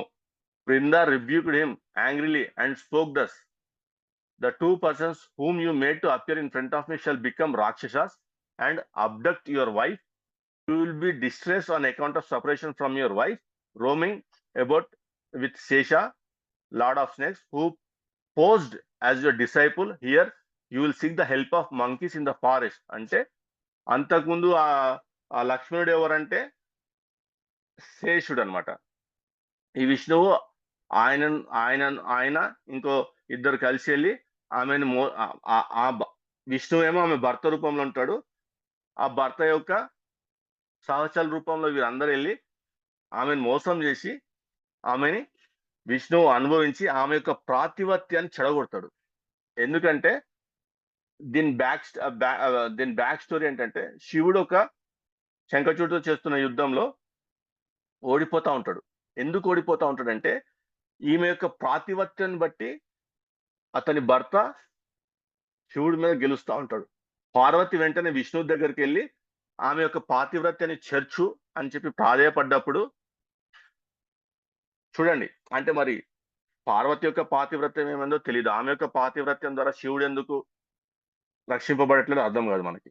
కానీ ఆమె విష్ణుని ఈ వృందా దగ్గర పంపించేసి ఈమె యొక్క ప్రాతిపత్యాన్ని చెడగొడితే అప్పుడు అక్కడ శివుడు గెలుస్తాడు. సో ఆ విధంగా ఈ పాపం చేసినందుకు ఆమె శపిస్తుంది. నెక్స్ట్ జన్మలో నీ భార్య నువ్వు ఒకడు ఎత్తుకోపోతాడు. ఆ భార్య వియోగం అంటాం అనుకుంటా, వియోగంతో నువ్వు బాధపడతావు, అక్కడ అడవులు పట్టుకొని తిరుగుతూ ఉంటావు అని చెప్పేసి ఆమెను ఎత్తుక్కుంటానికి అడవులలో నువ్వు కోతుల సహాయం తీసుకుంటావు. ఇవన్నీ నీకు సహాయంగా వచ్చిన ఈ శేషుడు నీ తమ్ముడుగా, నీ లక్ష్మణుడుగా నీతో పాటు అడవుల పాలై నీతో పాటు తిరుగుతాడని చెప్పేసి రాయబడి ఉంటది. వృంద అంటే తులసి, విష్ణు ఆమెను బలత్కరించినాడు కాబట్టి ఆ శాపం పొందుతాడు. సేమ్ శివపురాణ దురసంపండు యుద్ధకాండ 5 చాప్టర్ 41 28, 23 శ్లోకాలు చూసినా కానీ ఇదే స్టోరీ ఉంటది.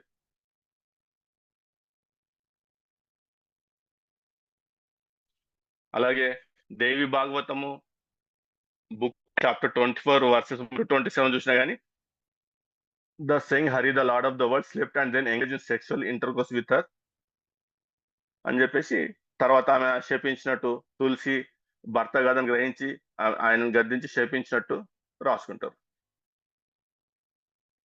చివరగా రాముడు ఏంటంటే అందరు చనిపోతాడు, లక్ష్మణుడు చనిపోతాడు, అందరు చనిపోయినప్పుడు ఆ వైరాగ్యంతో ఆయన కూడా సూసైడ్ చేసుకొని సరయూ నది రివర్లో సూసైడ్ చేసుకొని చనిపోతాడు.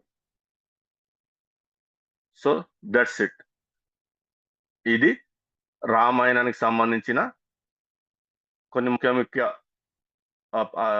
సందర్భాలు చూసుకొని అధ్యయనం చేసినప్పుడు ఈ రామాయణము ఇదంతా అబద్ధం, వీళ్ళు 10వ శతాబ్దం తర్వాతనే కూర్చొని రాసుకున్నారని చెప్పేసి మనకు అర్థం స్పష్టంగా. సో ఏమైనా Q&A సెషన్ చూసుకుని ఏమైనా క్వశ్చన్స్ ఉంటే అడగండి సబ్జెక్ట్ లో.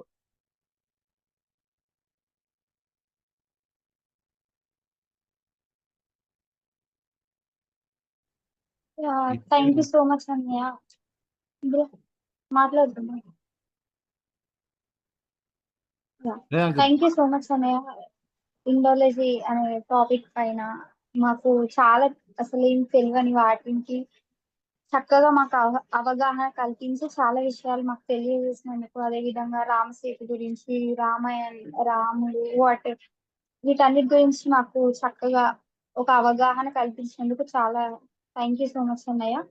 ఎవరికైనా ఏమైనా డౌట్స్ ఉంటే you people can raise your hand. మేము అన్మ్యూట్ చేస్తాం ఇక్కడ. టాపిక్ పైన ఎవరికైనా ఏమైనా డౌట్స్ ఉంటే లెట్ us know. మీరు హ్యాండ్ రైజ్ చేస్తే మేము అన్మ్యూట్ చేస్తాం.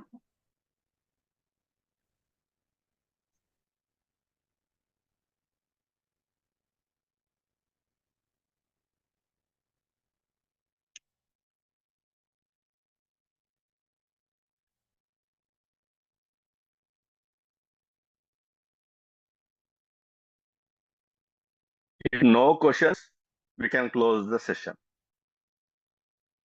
Avina, yeah.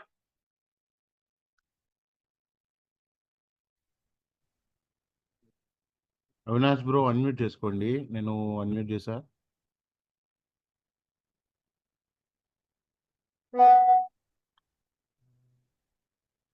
Avinash bro you can speak.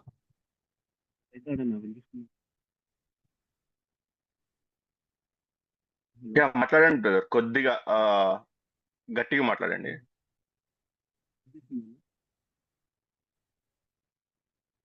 మీరు మాట్లాడండి. If you can hear the question, ఇతరులు ఎవరైనా వింటే కూడా you can repeat that question. మీరు మాట్లాడు బ్రదర్. మీకు రావణ స్టోరీ మీరు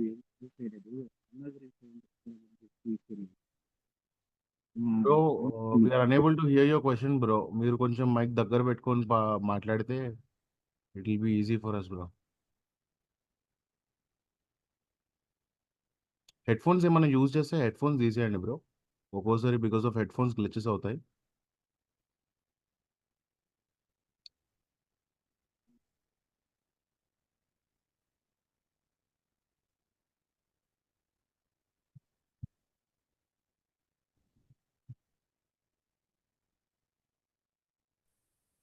We're off.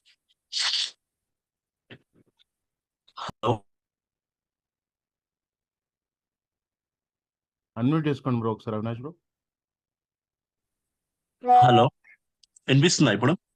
Yeah yes. Yeah! Bro. Yeah, అదే అన్న మనం రామాయణ గురించి చెప్పారు కదా. దీంట్లో రావణ స్టోరీ ఏమి ఇంక్లూడ్ చేయలేదు. అసలు రావణ అనేది స్టోరీ ఉన్నదా? రావణుడు ఉన్నాడా? we are saying Rama itself is then should go to Ravana. Exactly. మన ఇదంతా బ్రిడ్జ్ కట్టారు, మనం ఇదంతా చెప్పారు కదా. ఫర్దర్ గా సెషన్ ఏం చేద్దామంటే ఇవన్నీ రావణ లంక అని చెప్తా ఉంటారు కదా, రావణ గురించి వీటన్నిటి గురించి, లేకపోతే హనుమంతుని గద దొరికింది, లేకపోతే హనుమంతుని పాదాలు కొండ మీద పెద్ద పెద్ద సైజు ఇట్లా పాదముద్ర ఉన్నట్టు, ఇవన్నీ కొన్ని స్టోరీస్ ఉన్నాయి కదా, కుక్కుడ స్టోరీస్. అవునవునన్న. మళ్ళీ అవును, యుఎస్ లో ఎక్కడో శ్రీచక్రం దొరికింది. శ్రీచక్రం వీటన్నిటి గురించి దొరికిందన్న. ఒక సెషన్, వీటన్నిటి గురించి ఒక సెషన్ పెట్టుకుందాము. Then I explain about this Ravana Lanka. Actually who is that Ravana? Ravana Lanka ఉందా? ఆ రావణ యొక్క డిస్క్రిప్షన్ రామాయణంలో ఉంది. The way we have seen the description of Ramasetu in Ramayana is 966 kilometers length, out of which now we are only seeing 51 kilometers. అంటే అవునవును. ఆ description ప్రకారం ఇప్పుడు ఉందా లేదా, అక్కడ చూస్తున్నామా లేదా?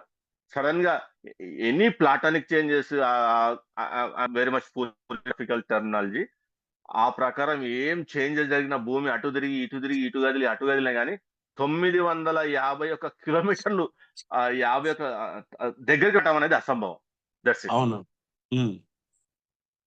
ఇది ఇంకోటి డౌట్ ఏంటంటే, నాలా అన్న అతను బ్రిడ్జ్ గురించి చెప్పారు కదా. నాలా అన్న అతను యా, నలసేతు అంటే he was the engineer of that bridge. వాళ్ళ రామాయణం ప్రకారం ఆయన నల- టైంలో అది నిర్మింపబడింది. నలసేతు దాన్ని అన్నప్పుడు ఇప్పుడు ఈ రామాయణ ఇట్ ఈస్ మంకీస్ జాతికి నలసేతు. సంబంధించిన ఆ, ఇంకొకటి, ఆయన ఇన్ కూడా Ramayana it is called only Nalasetu. No it is mention as Ramasetu. ఇప్పుడు అడగండి, ఇప్పుడు okay. Continue, you can continue. అదే ఈ నలసేతు అన్నది ఇతను కూడా మంకీ లాగా ఇది సుగ్రీవుడు లాంటి ఆ జాతికి యా సంబంధించి యా యా వచ్చిన yeah he one of the relative of Sugrivu. He has given responsibility to him to build the bridge as per Ramayana. Okay. Okay okay అన్న, థ్యాంక్స్ అన్న.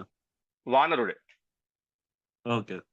మీకు ఇంకా స్పష్టంగా చెప్పాలంటే రాముడు లక్ష్మణుడు తప్ప ఆ సేన అంతా కూడా వానర ప్లస్ అతను ఏమంటాము, జాంబవంతుడు ఒక అతను ఉంటాడు కదా, తప్పితే ఆ, అంటే ఎటువంటి వానరులు ఈ మనుషులు తప్పితే అక్కడ ఇంకెవరు లేరు అందులో ఆ సేనలో. అండ్ ఇంకోటి ఏంటంటే అన్న, నేను విన్న స్టోరీలో యాక్చువల్ గా రాముడికి సీతకి ఏజ్ డిఫరెన్స్ కూడా వచ్చేసి, సీత వచ్చేసి యా 6 years లోనే it is Sita's age 6 years, Rama's age around 10 years, 12 16. 12 అది to 13 years. Yeah yeah, that's true. అవన్నీ అవును. చెప్పుకున్నాం మిగిలిన నా sure sure. My fear is అన్ని ఒక దగ్గర చెప్పినంటే if you use this to humiliate లేదు లేదు. Someone or to make them silent, అది it's I'm not that encourage చేయను. అవునన్న. ఓకే. లేదు did that లేదన్న, మేము mistake. ఎక్కడ I did that అవును. mistake. I suffered a lot. That's the reason I don't allow anyone to do that mistake. Sure అన్న, thanks అన్న, thank you so much.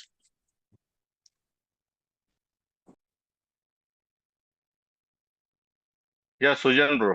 Zone bro unmute చేసుకోండి brother. అన్న praise the lord. Praise the Lord, brother.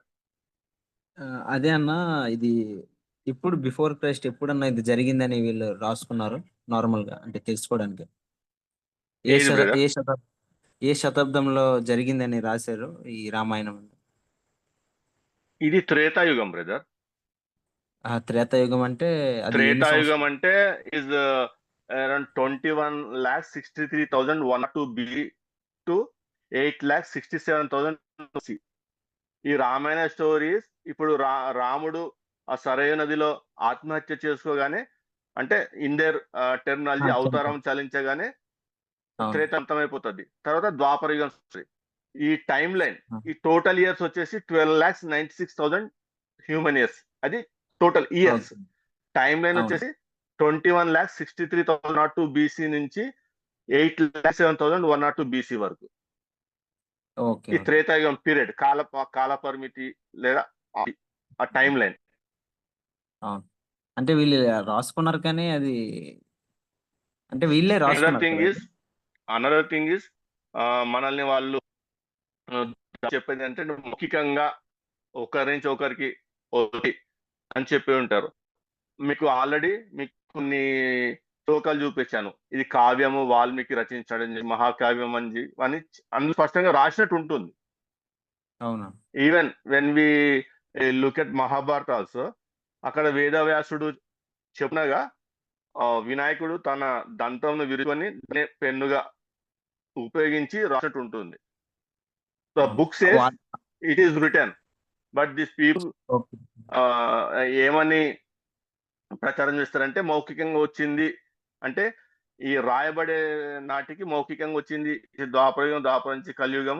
ఈ కలియుగంలో ఎప్పుడైతే దేవనాగరి లిపి అంటే 10వ శతాబ్దంలో వచ్చిన క్రీస్తు శకము 10వ శతాబ్దం వచ్చిన దేవనాగరి లిపి ఉపయోగించి గ్రంథస్థం చేసి ఒక గ్రంథ రూపకంలో తెచ్చే వరకు మౌఖికంగా వచ్చిన ఇట్స్ టోటల్ లై. అది అబద్ధం, స్పష్టమైన అబద్ధం. అవునవును. థ్యాంక్ యూ అన్న. ఎట్ ది సేమ్ టైం మనం కలియుగాన్ని మనము అధ్యయనం చేసేటప్పుడు వీళ్ళు ఎక్కడ కూడా నోవేర్ మెన్షన్ అబౌట్ సింధు నాగరికత, ఇండస్ వ్యాలీ సివిలైజేషన్. ఇది ఇండస్ కూడా వ్యాలీ కల్పితం సివిలైజేషన్ కదా మీన్స్ సింధు నాగరికత. వాళ్ళ Indus valley civilization is from actually Indian history starts from Indus valley civilization because Indus valley కి ఆర్కియలాజికల్ ఎవిడెన్స్ స్పష్టంగా ఉన్నాయి. ఓకే. ఓకే. కానీ సివిలైజేషన్ గురించి వీళ్ళు గ్రంథాలు ఎక్కడ రాయబడలేదు. సో వి విల్ దాన్ని కూడా కలియుగం అధ్యయనం చేసేటప్పుడు తెలుసుకుందాం. ఓకే అన్న. థ్యాంక్ యూ అన్న. Yeah, thank you. Enosh Tarun unmute. అన్న ప్రైజ్ లాడ్ అన్న, నేను తరుణ్ని. కొంతమంది కొంతమంది ముస్లిమ్స్ ఏమంటారంటే అది యాడమ్స్ బ్రిడ్జ్ ఆదాం కట్టాడు అని చెప్పేసి రామసేతు గురించి మాట్లాడుతుంటారన్న. అది ఎంతవరకు అన్న కరెక్ట్? బ్రో, ఆదాము ఏదైనా తోట ఏ ఉంది బైబిల్ స్పష్టంగా చెప్పబడి. ఆ అరేబియా ప్రాంతం, మెస్టోనియా ప్రాంతం అది ఎక్కడ ప్రాంతము, ఈ ఆడమ్స్ బ్రిడ్జ్ ఎక్కడ ప్రాంతం? అంటే కొంతమంది ఏమంటారంటే ఇస్లాం అప్పుడు యాక్చువల్ గా వాళ్ళ గ్రంథాలు కూడా పరిశీలిద్దాం కావాలంటే. అది మరి ఎంతవరకు అంటే historicity of the self, historicity of the Muhammad and the reliability of the okay Quran అన్ని చదువుదాం. అది సరే అన్న. అక్కడ కూడా పడేస్తే ఇక్కడ వచ్చి పడ్డట్టు ఇక్కడ వద్దులే ఇంకా. సరే అన్న, థ్యాంక్ యూ అన్న.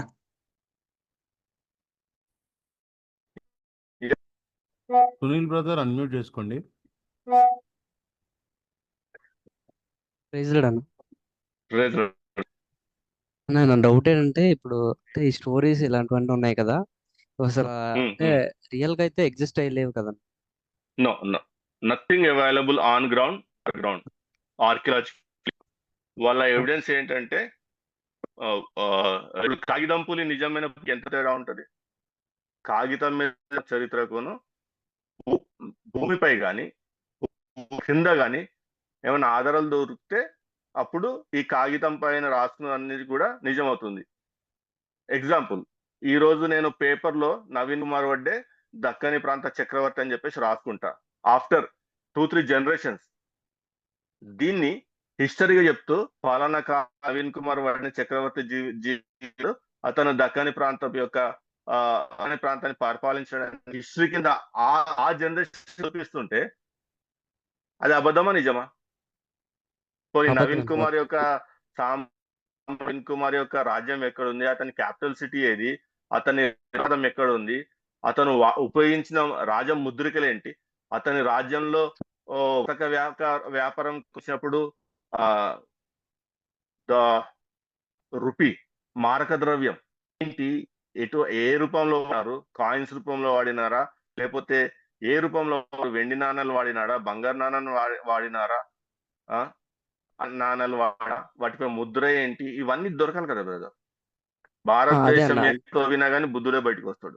దట్స్ ఇట్, సింపుల్ అవును. ఆన్సర్. ఎక్కడ తవ్వినా బుద్ధుడే బయటకు వస్తాడు. అంటే వీళ్ళు రాసిందంతా ఇమాజినేషన్ తో అలా రాశారు కదన్న. యా యా సో అలా అందుకే మీకు రాసినప్పుడు ఫస్ట్ చెప్పాను, అది ఆయన యొక్క మదిలో కావ్య రూపంలో ఉన్నదాన్ని, అంటే కావ్యం ఒక కవితను గ్రంథస్థం చేసినారు.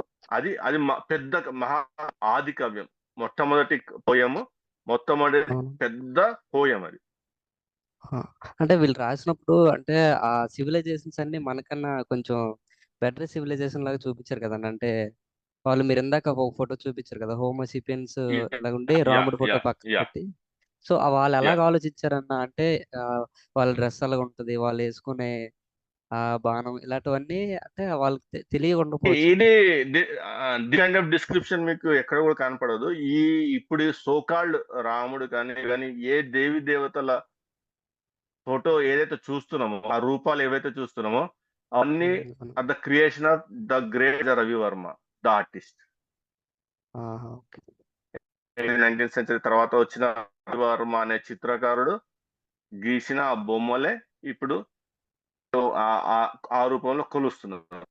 ఇవన్నీ కూడా ఈ కాపీడ్ ఫ్రమ్ బుద్ధిస్ట్ ఆర్కిటెక్చర్ ఏమంటాం, ఆ శిల్పకళ నుంచి విగ్రహ కొట్టి ఈయన రాముడు, లక్ష్మణుడు, సీత ఒక విగ్రహము, ఇవన్నీ మనకు బౌద్ధంలో దొరుకుతాయి విగ్రహాలు. మనం కలియుగం తర్వాత యాక్చువల్ హిందూ భారతదేశం నుంచి వచ్చింది, ఎట్లా వచ్చింది, అసలు ఈ మందిరంలో ఉన్న విగ్రహాలు ఎవరు, అవన్నీ చదివేటప్పుడు ఆ కంపారిటివ్, ఆ బౌద్ధంలో ఉన్న విగ్రహాలు ఇప్పుడు హిందూ మతంలో ఉన్న విగ్రహాలు అన్ని కూడా పక్క పక్కన పెట్టి చూద్దాము, అప్పుడు you will get clarity. Okay, thanks. Thank you so much. Yeah అప్పటి వరకు గా రివల్యూషన్ కాబట్టి ఏ కాలంలో అయితే ఇది జరిగిందని చెప్తున్నారో ఆ కాలం homo sapiens as per science, as per revolution, not as per Bible, because we believe in creation, not in evolution.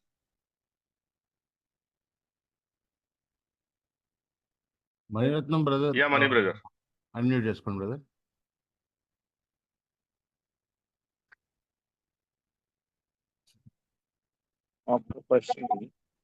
అన్న ప్రైజ్ లాడ్ అన్న. ట్రేజలర్ బ్రదర్. అంటే ఇప్పుడు దేవుళ్ళు అనబడిన ప్రతి ఒక్కరు బ్రాహ్మణులుగా ఉన్నారు. కేవలం ఇప్పుడు రాముడు అన్న ఆయన మాత్రమే క్షత్రియ దేవుడు కాబట్టి ఇంత హైలైట్ చేశారని కొంతమంది అంటారు. అది నిజమేనా? Nothing like that brother. మీరు రామాయణంలో రాముడు అనేవాడు ఏ విధంగా జన్మించినాడు అనే రాముని యొక్క జన్మ వృత్తాంతం చదివినప్పుడు ఋష్యశృంగ ముని యొక్క ప్రమేయం ఉంటుంది అందులో. ఈ నియోగ సంతానం ఇతను. యాక్చువల్ గా చెప్పాలంటే మనం అంబేద్కర్ గారి ఈ బుక్స్ చదివినప్పుడు, రిడిల్స్ ఇన్ హిందూయిజం చదివినప్పుడు రాముని యొక్క జన్మ వృత్తాంతం రాస్తూ నియోగం ద్వారా ఒక బ్రాహ్మణుడికి క్షత్రియ స్త్రీకి జన్మించిన వ్యక్తిగా రాముని రాస్తారు. నియోగ సంతానం. పాయసం తింటే how can come? Niyoga is not a sin, is ఒక ప్రాసెస్. ఇప్పుడు భర్త ద్వారా పిల్లలు కలగట్లేకపోతే ఒక బ్రాహ్మణి ద్వారా నియోగ అనే ఆ రిలేషన్షిప్ లో they can conceive and give birth to the child. పితృపారంపర్యంగా చూస్తే Brahman.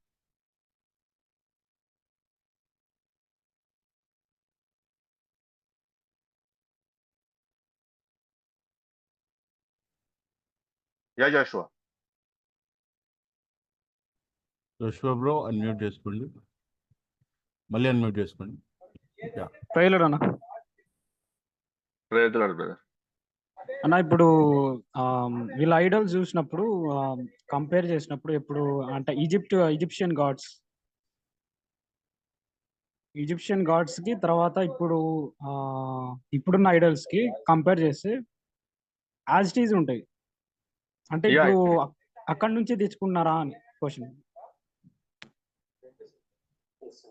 these people, what live and scientifically as it is proven, and as per their scriptures also it is proven that they were migrated place to this. ఆ వచ్చే క్రమంలో for example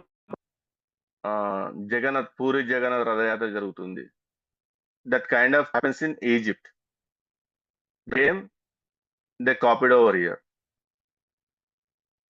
అక్కడ ఉన్న అక్కడి నుంచి copy కొట్టుకుంటే రాముడు కృష్ణుడు బలరాముడు కూడా అక్కడ నుంచి కాపీ కొట్టుకునే.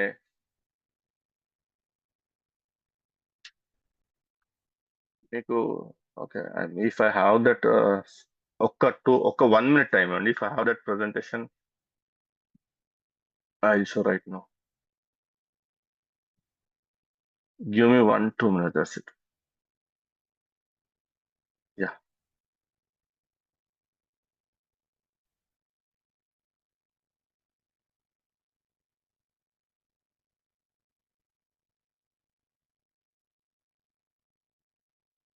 ఒక 1-2 minutes brother. I will show that presentation so that you will, Yeah, no your worries. doubt will be clear. Yeah, Anna, take your time, man.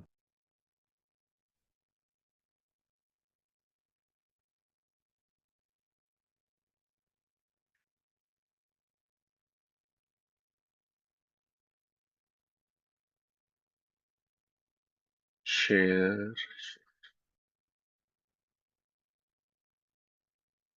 So యాక్చువల్గా దిస్ ఇస్ ఫ్యూచర్ సెషన్లో చెప్దామని ఐ డెంట్ మెన్షన్ ఎనీథింగ్.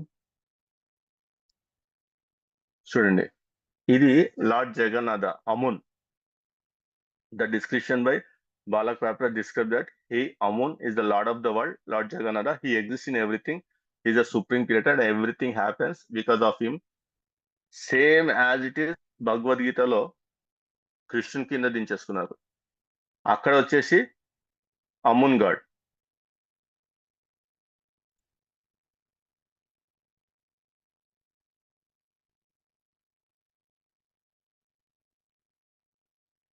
ఈమె లక్ష్మి అక్కడ వచ్చేసి మట్ అన్నమాట. మట్ is described as queen of the goddesses, lady of heaven, mother of the goddesses, and she who gives birth. She is a female deity, represents auspicious and fortune, just like మట్.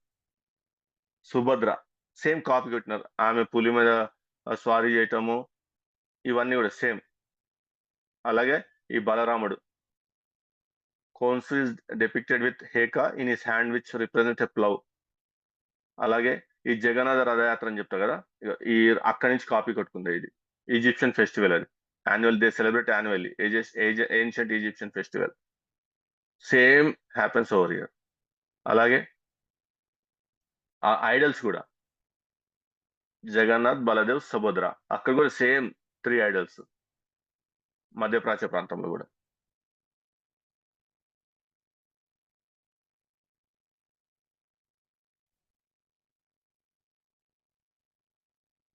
ఇది శివుడు, అక్కడ ఆటం, ఇక్కడ వచ్చేసి lord Shiva. Same ఆ జంతు వాహనం గాని, ఆ చేతిలో ఇక్కడ త్రిశూలం ఉంటే ఆయన చేతిలో అదొకటి ఉంటది. ఆ నంది వాహనము, అక్కడ కూడా నంది, ఇక్కడ కూడా Nandi. Same as it is. Brahma అక్కడ పాత్ హోరస్, ఇక్కడ మనకు లార్డ్ బ్రహ్మ. అక్కడ అదే ఆ లోటస్ ఫ్లవర్ లో ఉంటది, ఇక్కడ లోటస్ ఫ్లవర్ లోనే.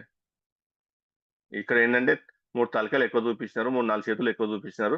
అక్కడ సింపుల్ మనిషి ఎట్లా ఉంటాడో చూపించినారు. సేమ్ అక్కడ దేవి దేవతలనే ఇక్కడ దేవి దేవతలుగా. ఈవెన్ సరస్వతి ఆల్సో అక్కడ అక్కడ శేషాత్, ఇక్కడ గాడ్ సరస్వతి. ఇది సన్ గాడ్ కూడా అక్కడ ఇక్కడ సేమ్ ఆరాధించడం అవన్నీ కూడా. అర్ధనారీశ్వర కాన్సెప్ట్ అక్కడ ఉంటది, అర్ధనారీశ్వర కాన్సెప్ట్ మన దగ్గర ఉంటది. ఈ ఇప్పుడు ఉంటాయి కదా పక్షి దేవతలు, జటాయు, ఇవన్నీ అక్కడ క్యారెక్టర్స్ ఇక్కడ కూడా ఉంటారు. గరుడ పక్షి ఇవన్నీ ఉంటాయి కదా. రావణాసుడితో కొట్లాడుతుంది పక్షి కాబట్టి కొట్లాడుతుంది. ఈ అక్కడ ఇది బ్రహ్మ, విష్ణు, శివ. అక్కడ అను, ఎంకి, ఎన్లిల్. ఇది హిందూయిజం ట్రినిటీ, అక్కడ ఈజిప్షియన్ ట్రినిటీ. ఇక్కడ దక్షుడు, అక్కడ దక్షుడు, అక్కడ ఇక్కడ ఇది మత్స్యావతారంలో ఆ మొదటి యుగము, అది ఇప్పుడు ఫ్లడ్, మనము నోవా జలప్రలయం లాంటి స్టోరీయే ఇక్కడ కూడా ఒక స్టోరీ ఉంటుంది హిందూయిజంలో. సేమ్ అక్కడ ఆ ఈజిప్షియన్ సైడ్ ఏం రాస్తున్నారు, వీళ్ళు అదే రాస్తున్నారు. నరసింహ అవతారం కూడా, అక్కడ సాకేత్, ఇక్కడ నరసింహ, అక్కడ బాబీ ఆల్సో బాబా, ఇక్కడ హనుమాన్. ఇలా బ్రదర్ అక్కడే సేమ్ మీకు అని నాగుల చవితి కానీ ఆ నాగుల పూజించడం కానీ అక్కడ యాజ్ ఇట్ ఈస్. నెక్స్ట్ చండాలమైన సబ్జెక్ట్, అది చూద్దాం ఫ్యూచర్ లో. అది బ్రదర్ యాజ్ ఇట్ ఈస్ ఉంటది.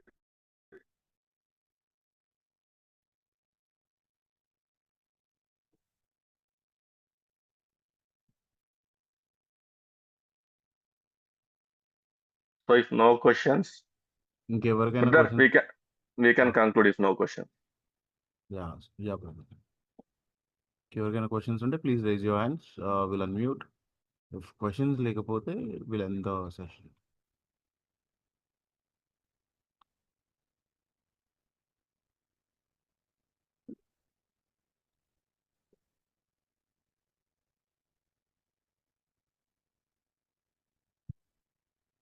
Really unmute.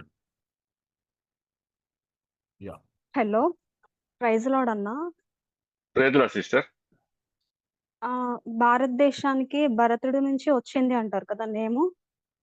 సో అది ఎంతవరకు కరెక్ట్, అది ఎప్పుడు వచ్చింది, ఎలా తీసుకొచ్చారు దాన్ని? that we will study when we study కలియుగం. ఆ కలియుగం స్టడీ చేసేటప్పుడు అంబేద్కర్ ఈ భరత అనేది ఎందుకు పెట్టిన, హీ గివ్స్ ద డిస్క్రిప్షన్, అది చదువుదాం. ఇట్స్ మిథికల్ స్టోరీ నుంచి వచ్చింది అసలు ఆ పేరు, ఆ మిథికల్ కింగ్ నుంచి ఆ పేరు పెట్టుకోవడం జరిగింది. అంటే ఒక సిస్టమేటిక్ ఆర్డర్ లో మనం అంత వెళ్తున్నప్పుడు కరెక్ట్ గా మనకు సెట్ అవుతుంది. ఆ శకుంతల, దుష్యంతుడి కుమారుడు భరతుడు, అంతా there all myth, not stories. అవన్నీ చూద్దాం మనం. మిత్ ఏంటంటే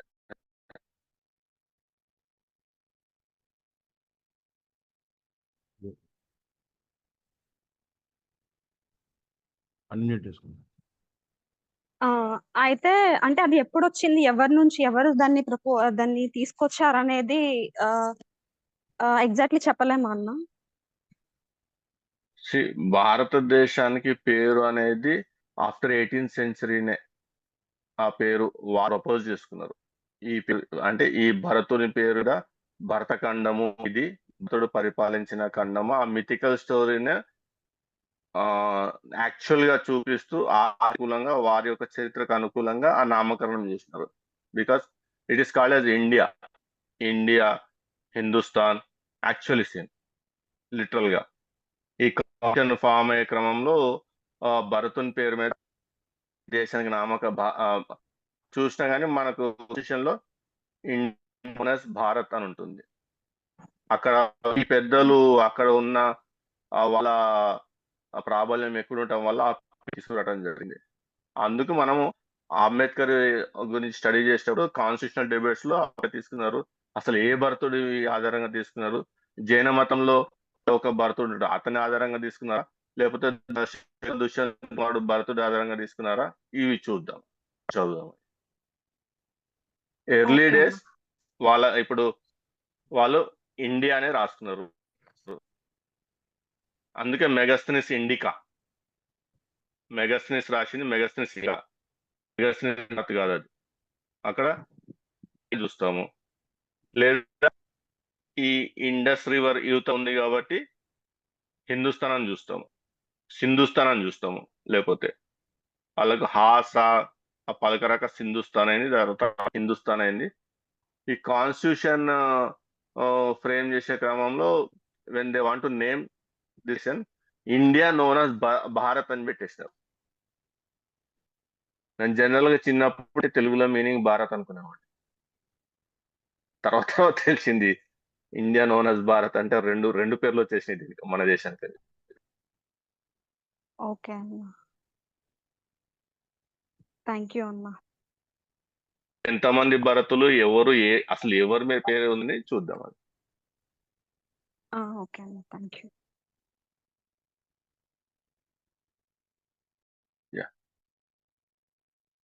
పరలోకమున్న మా తండ్రి, ప్రేమగల నాయన, కృపా సత్య సంపూర్ణుడ, జాలిగల దైవమా, కరుణామడివ మా తండ్రి, ఈ సాయంకాలం సమయమైన ప్రభా, మేమందరము కూడి భారతదేశం అధ్యయనం చేయటకు సాయం చేసినావు, అనుకూలంగా ఉంచినందుకు నీకు స్తోత్రాలు చెల్లించుకుంటూ, ప్రభువా ఈ అధ్యయనము మమ్ములను మేము సత్యంలో స్థాపించే గాని ఇతరులను గాని ఇతర విశ్వాసంలో ఉన్న వారిని ద్వేషించటకో దూషించటకో హేళన చేయటం కాదు ప్రభువా.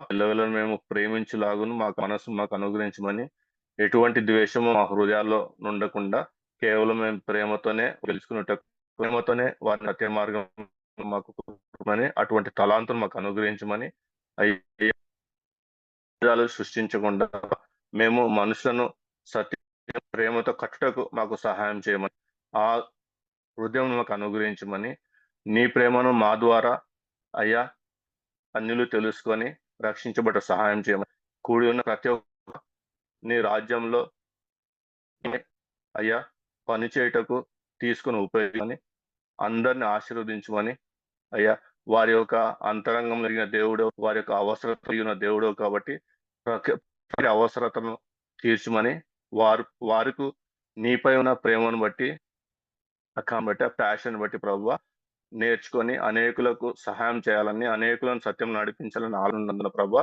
నువ్వు తద్గుణంగా వారిని ఆశీర్వదించి వారి హృదయ వాంఛలు నెరవేరుటకు సహాయం చేయమని, మా కొరకు తిరిగి వచ్చిన మా ప్రియుడగు నజరేయుడైన దివ్యనామమున చిన్న పరిగి వేడుకుంటున్నారు తండ్రి.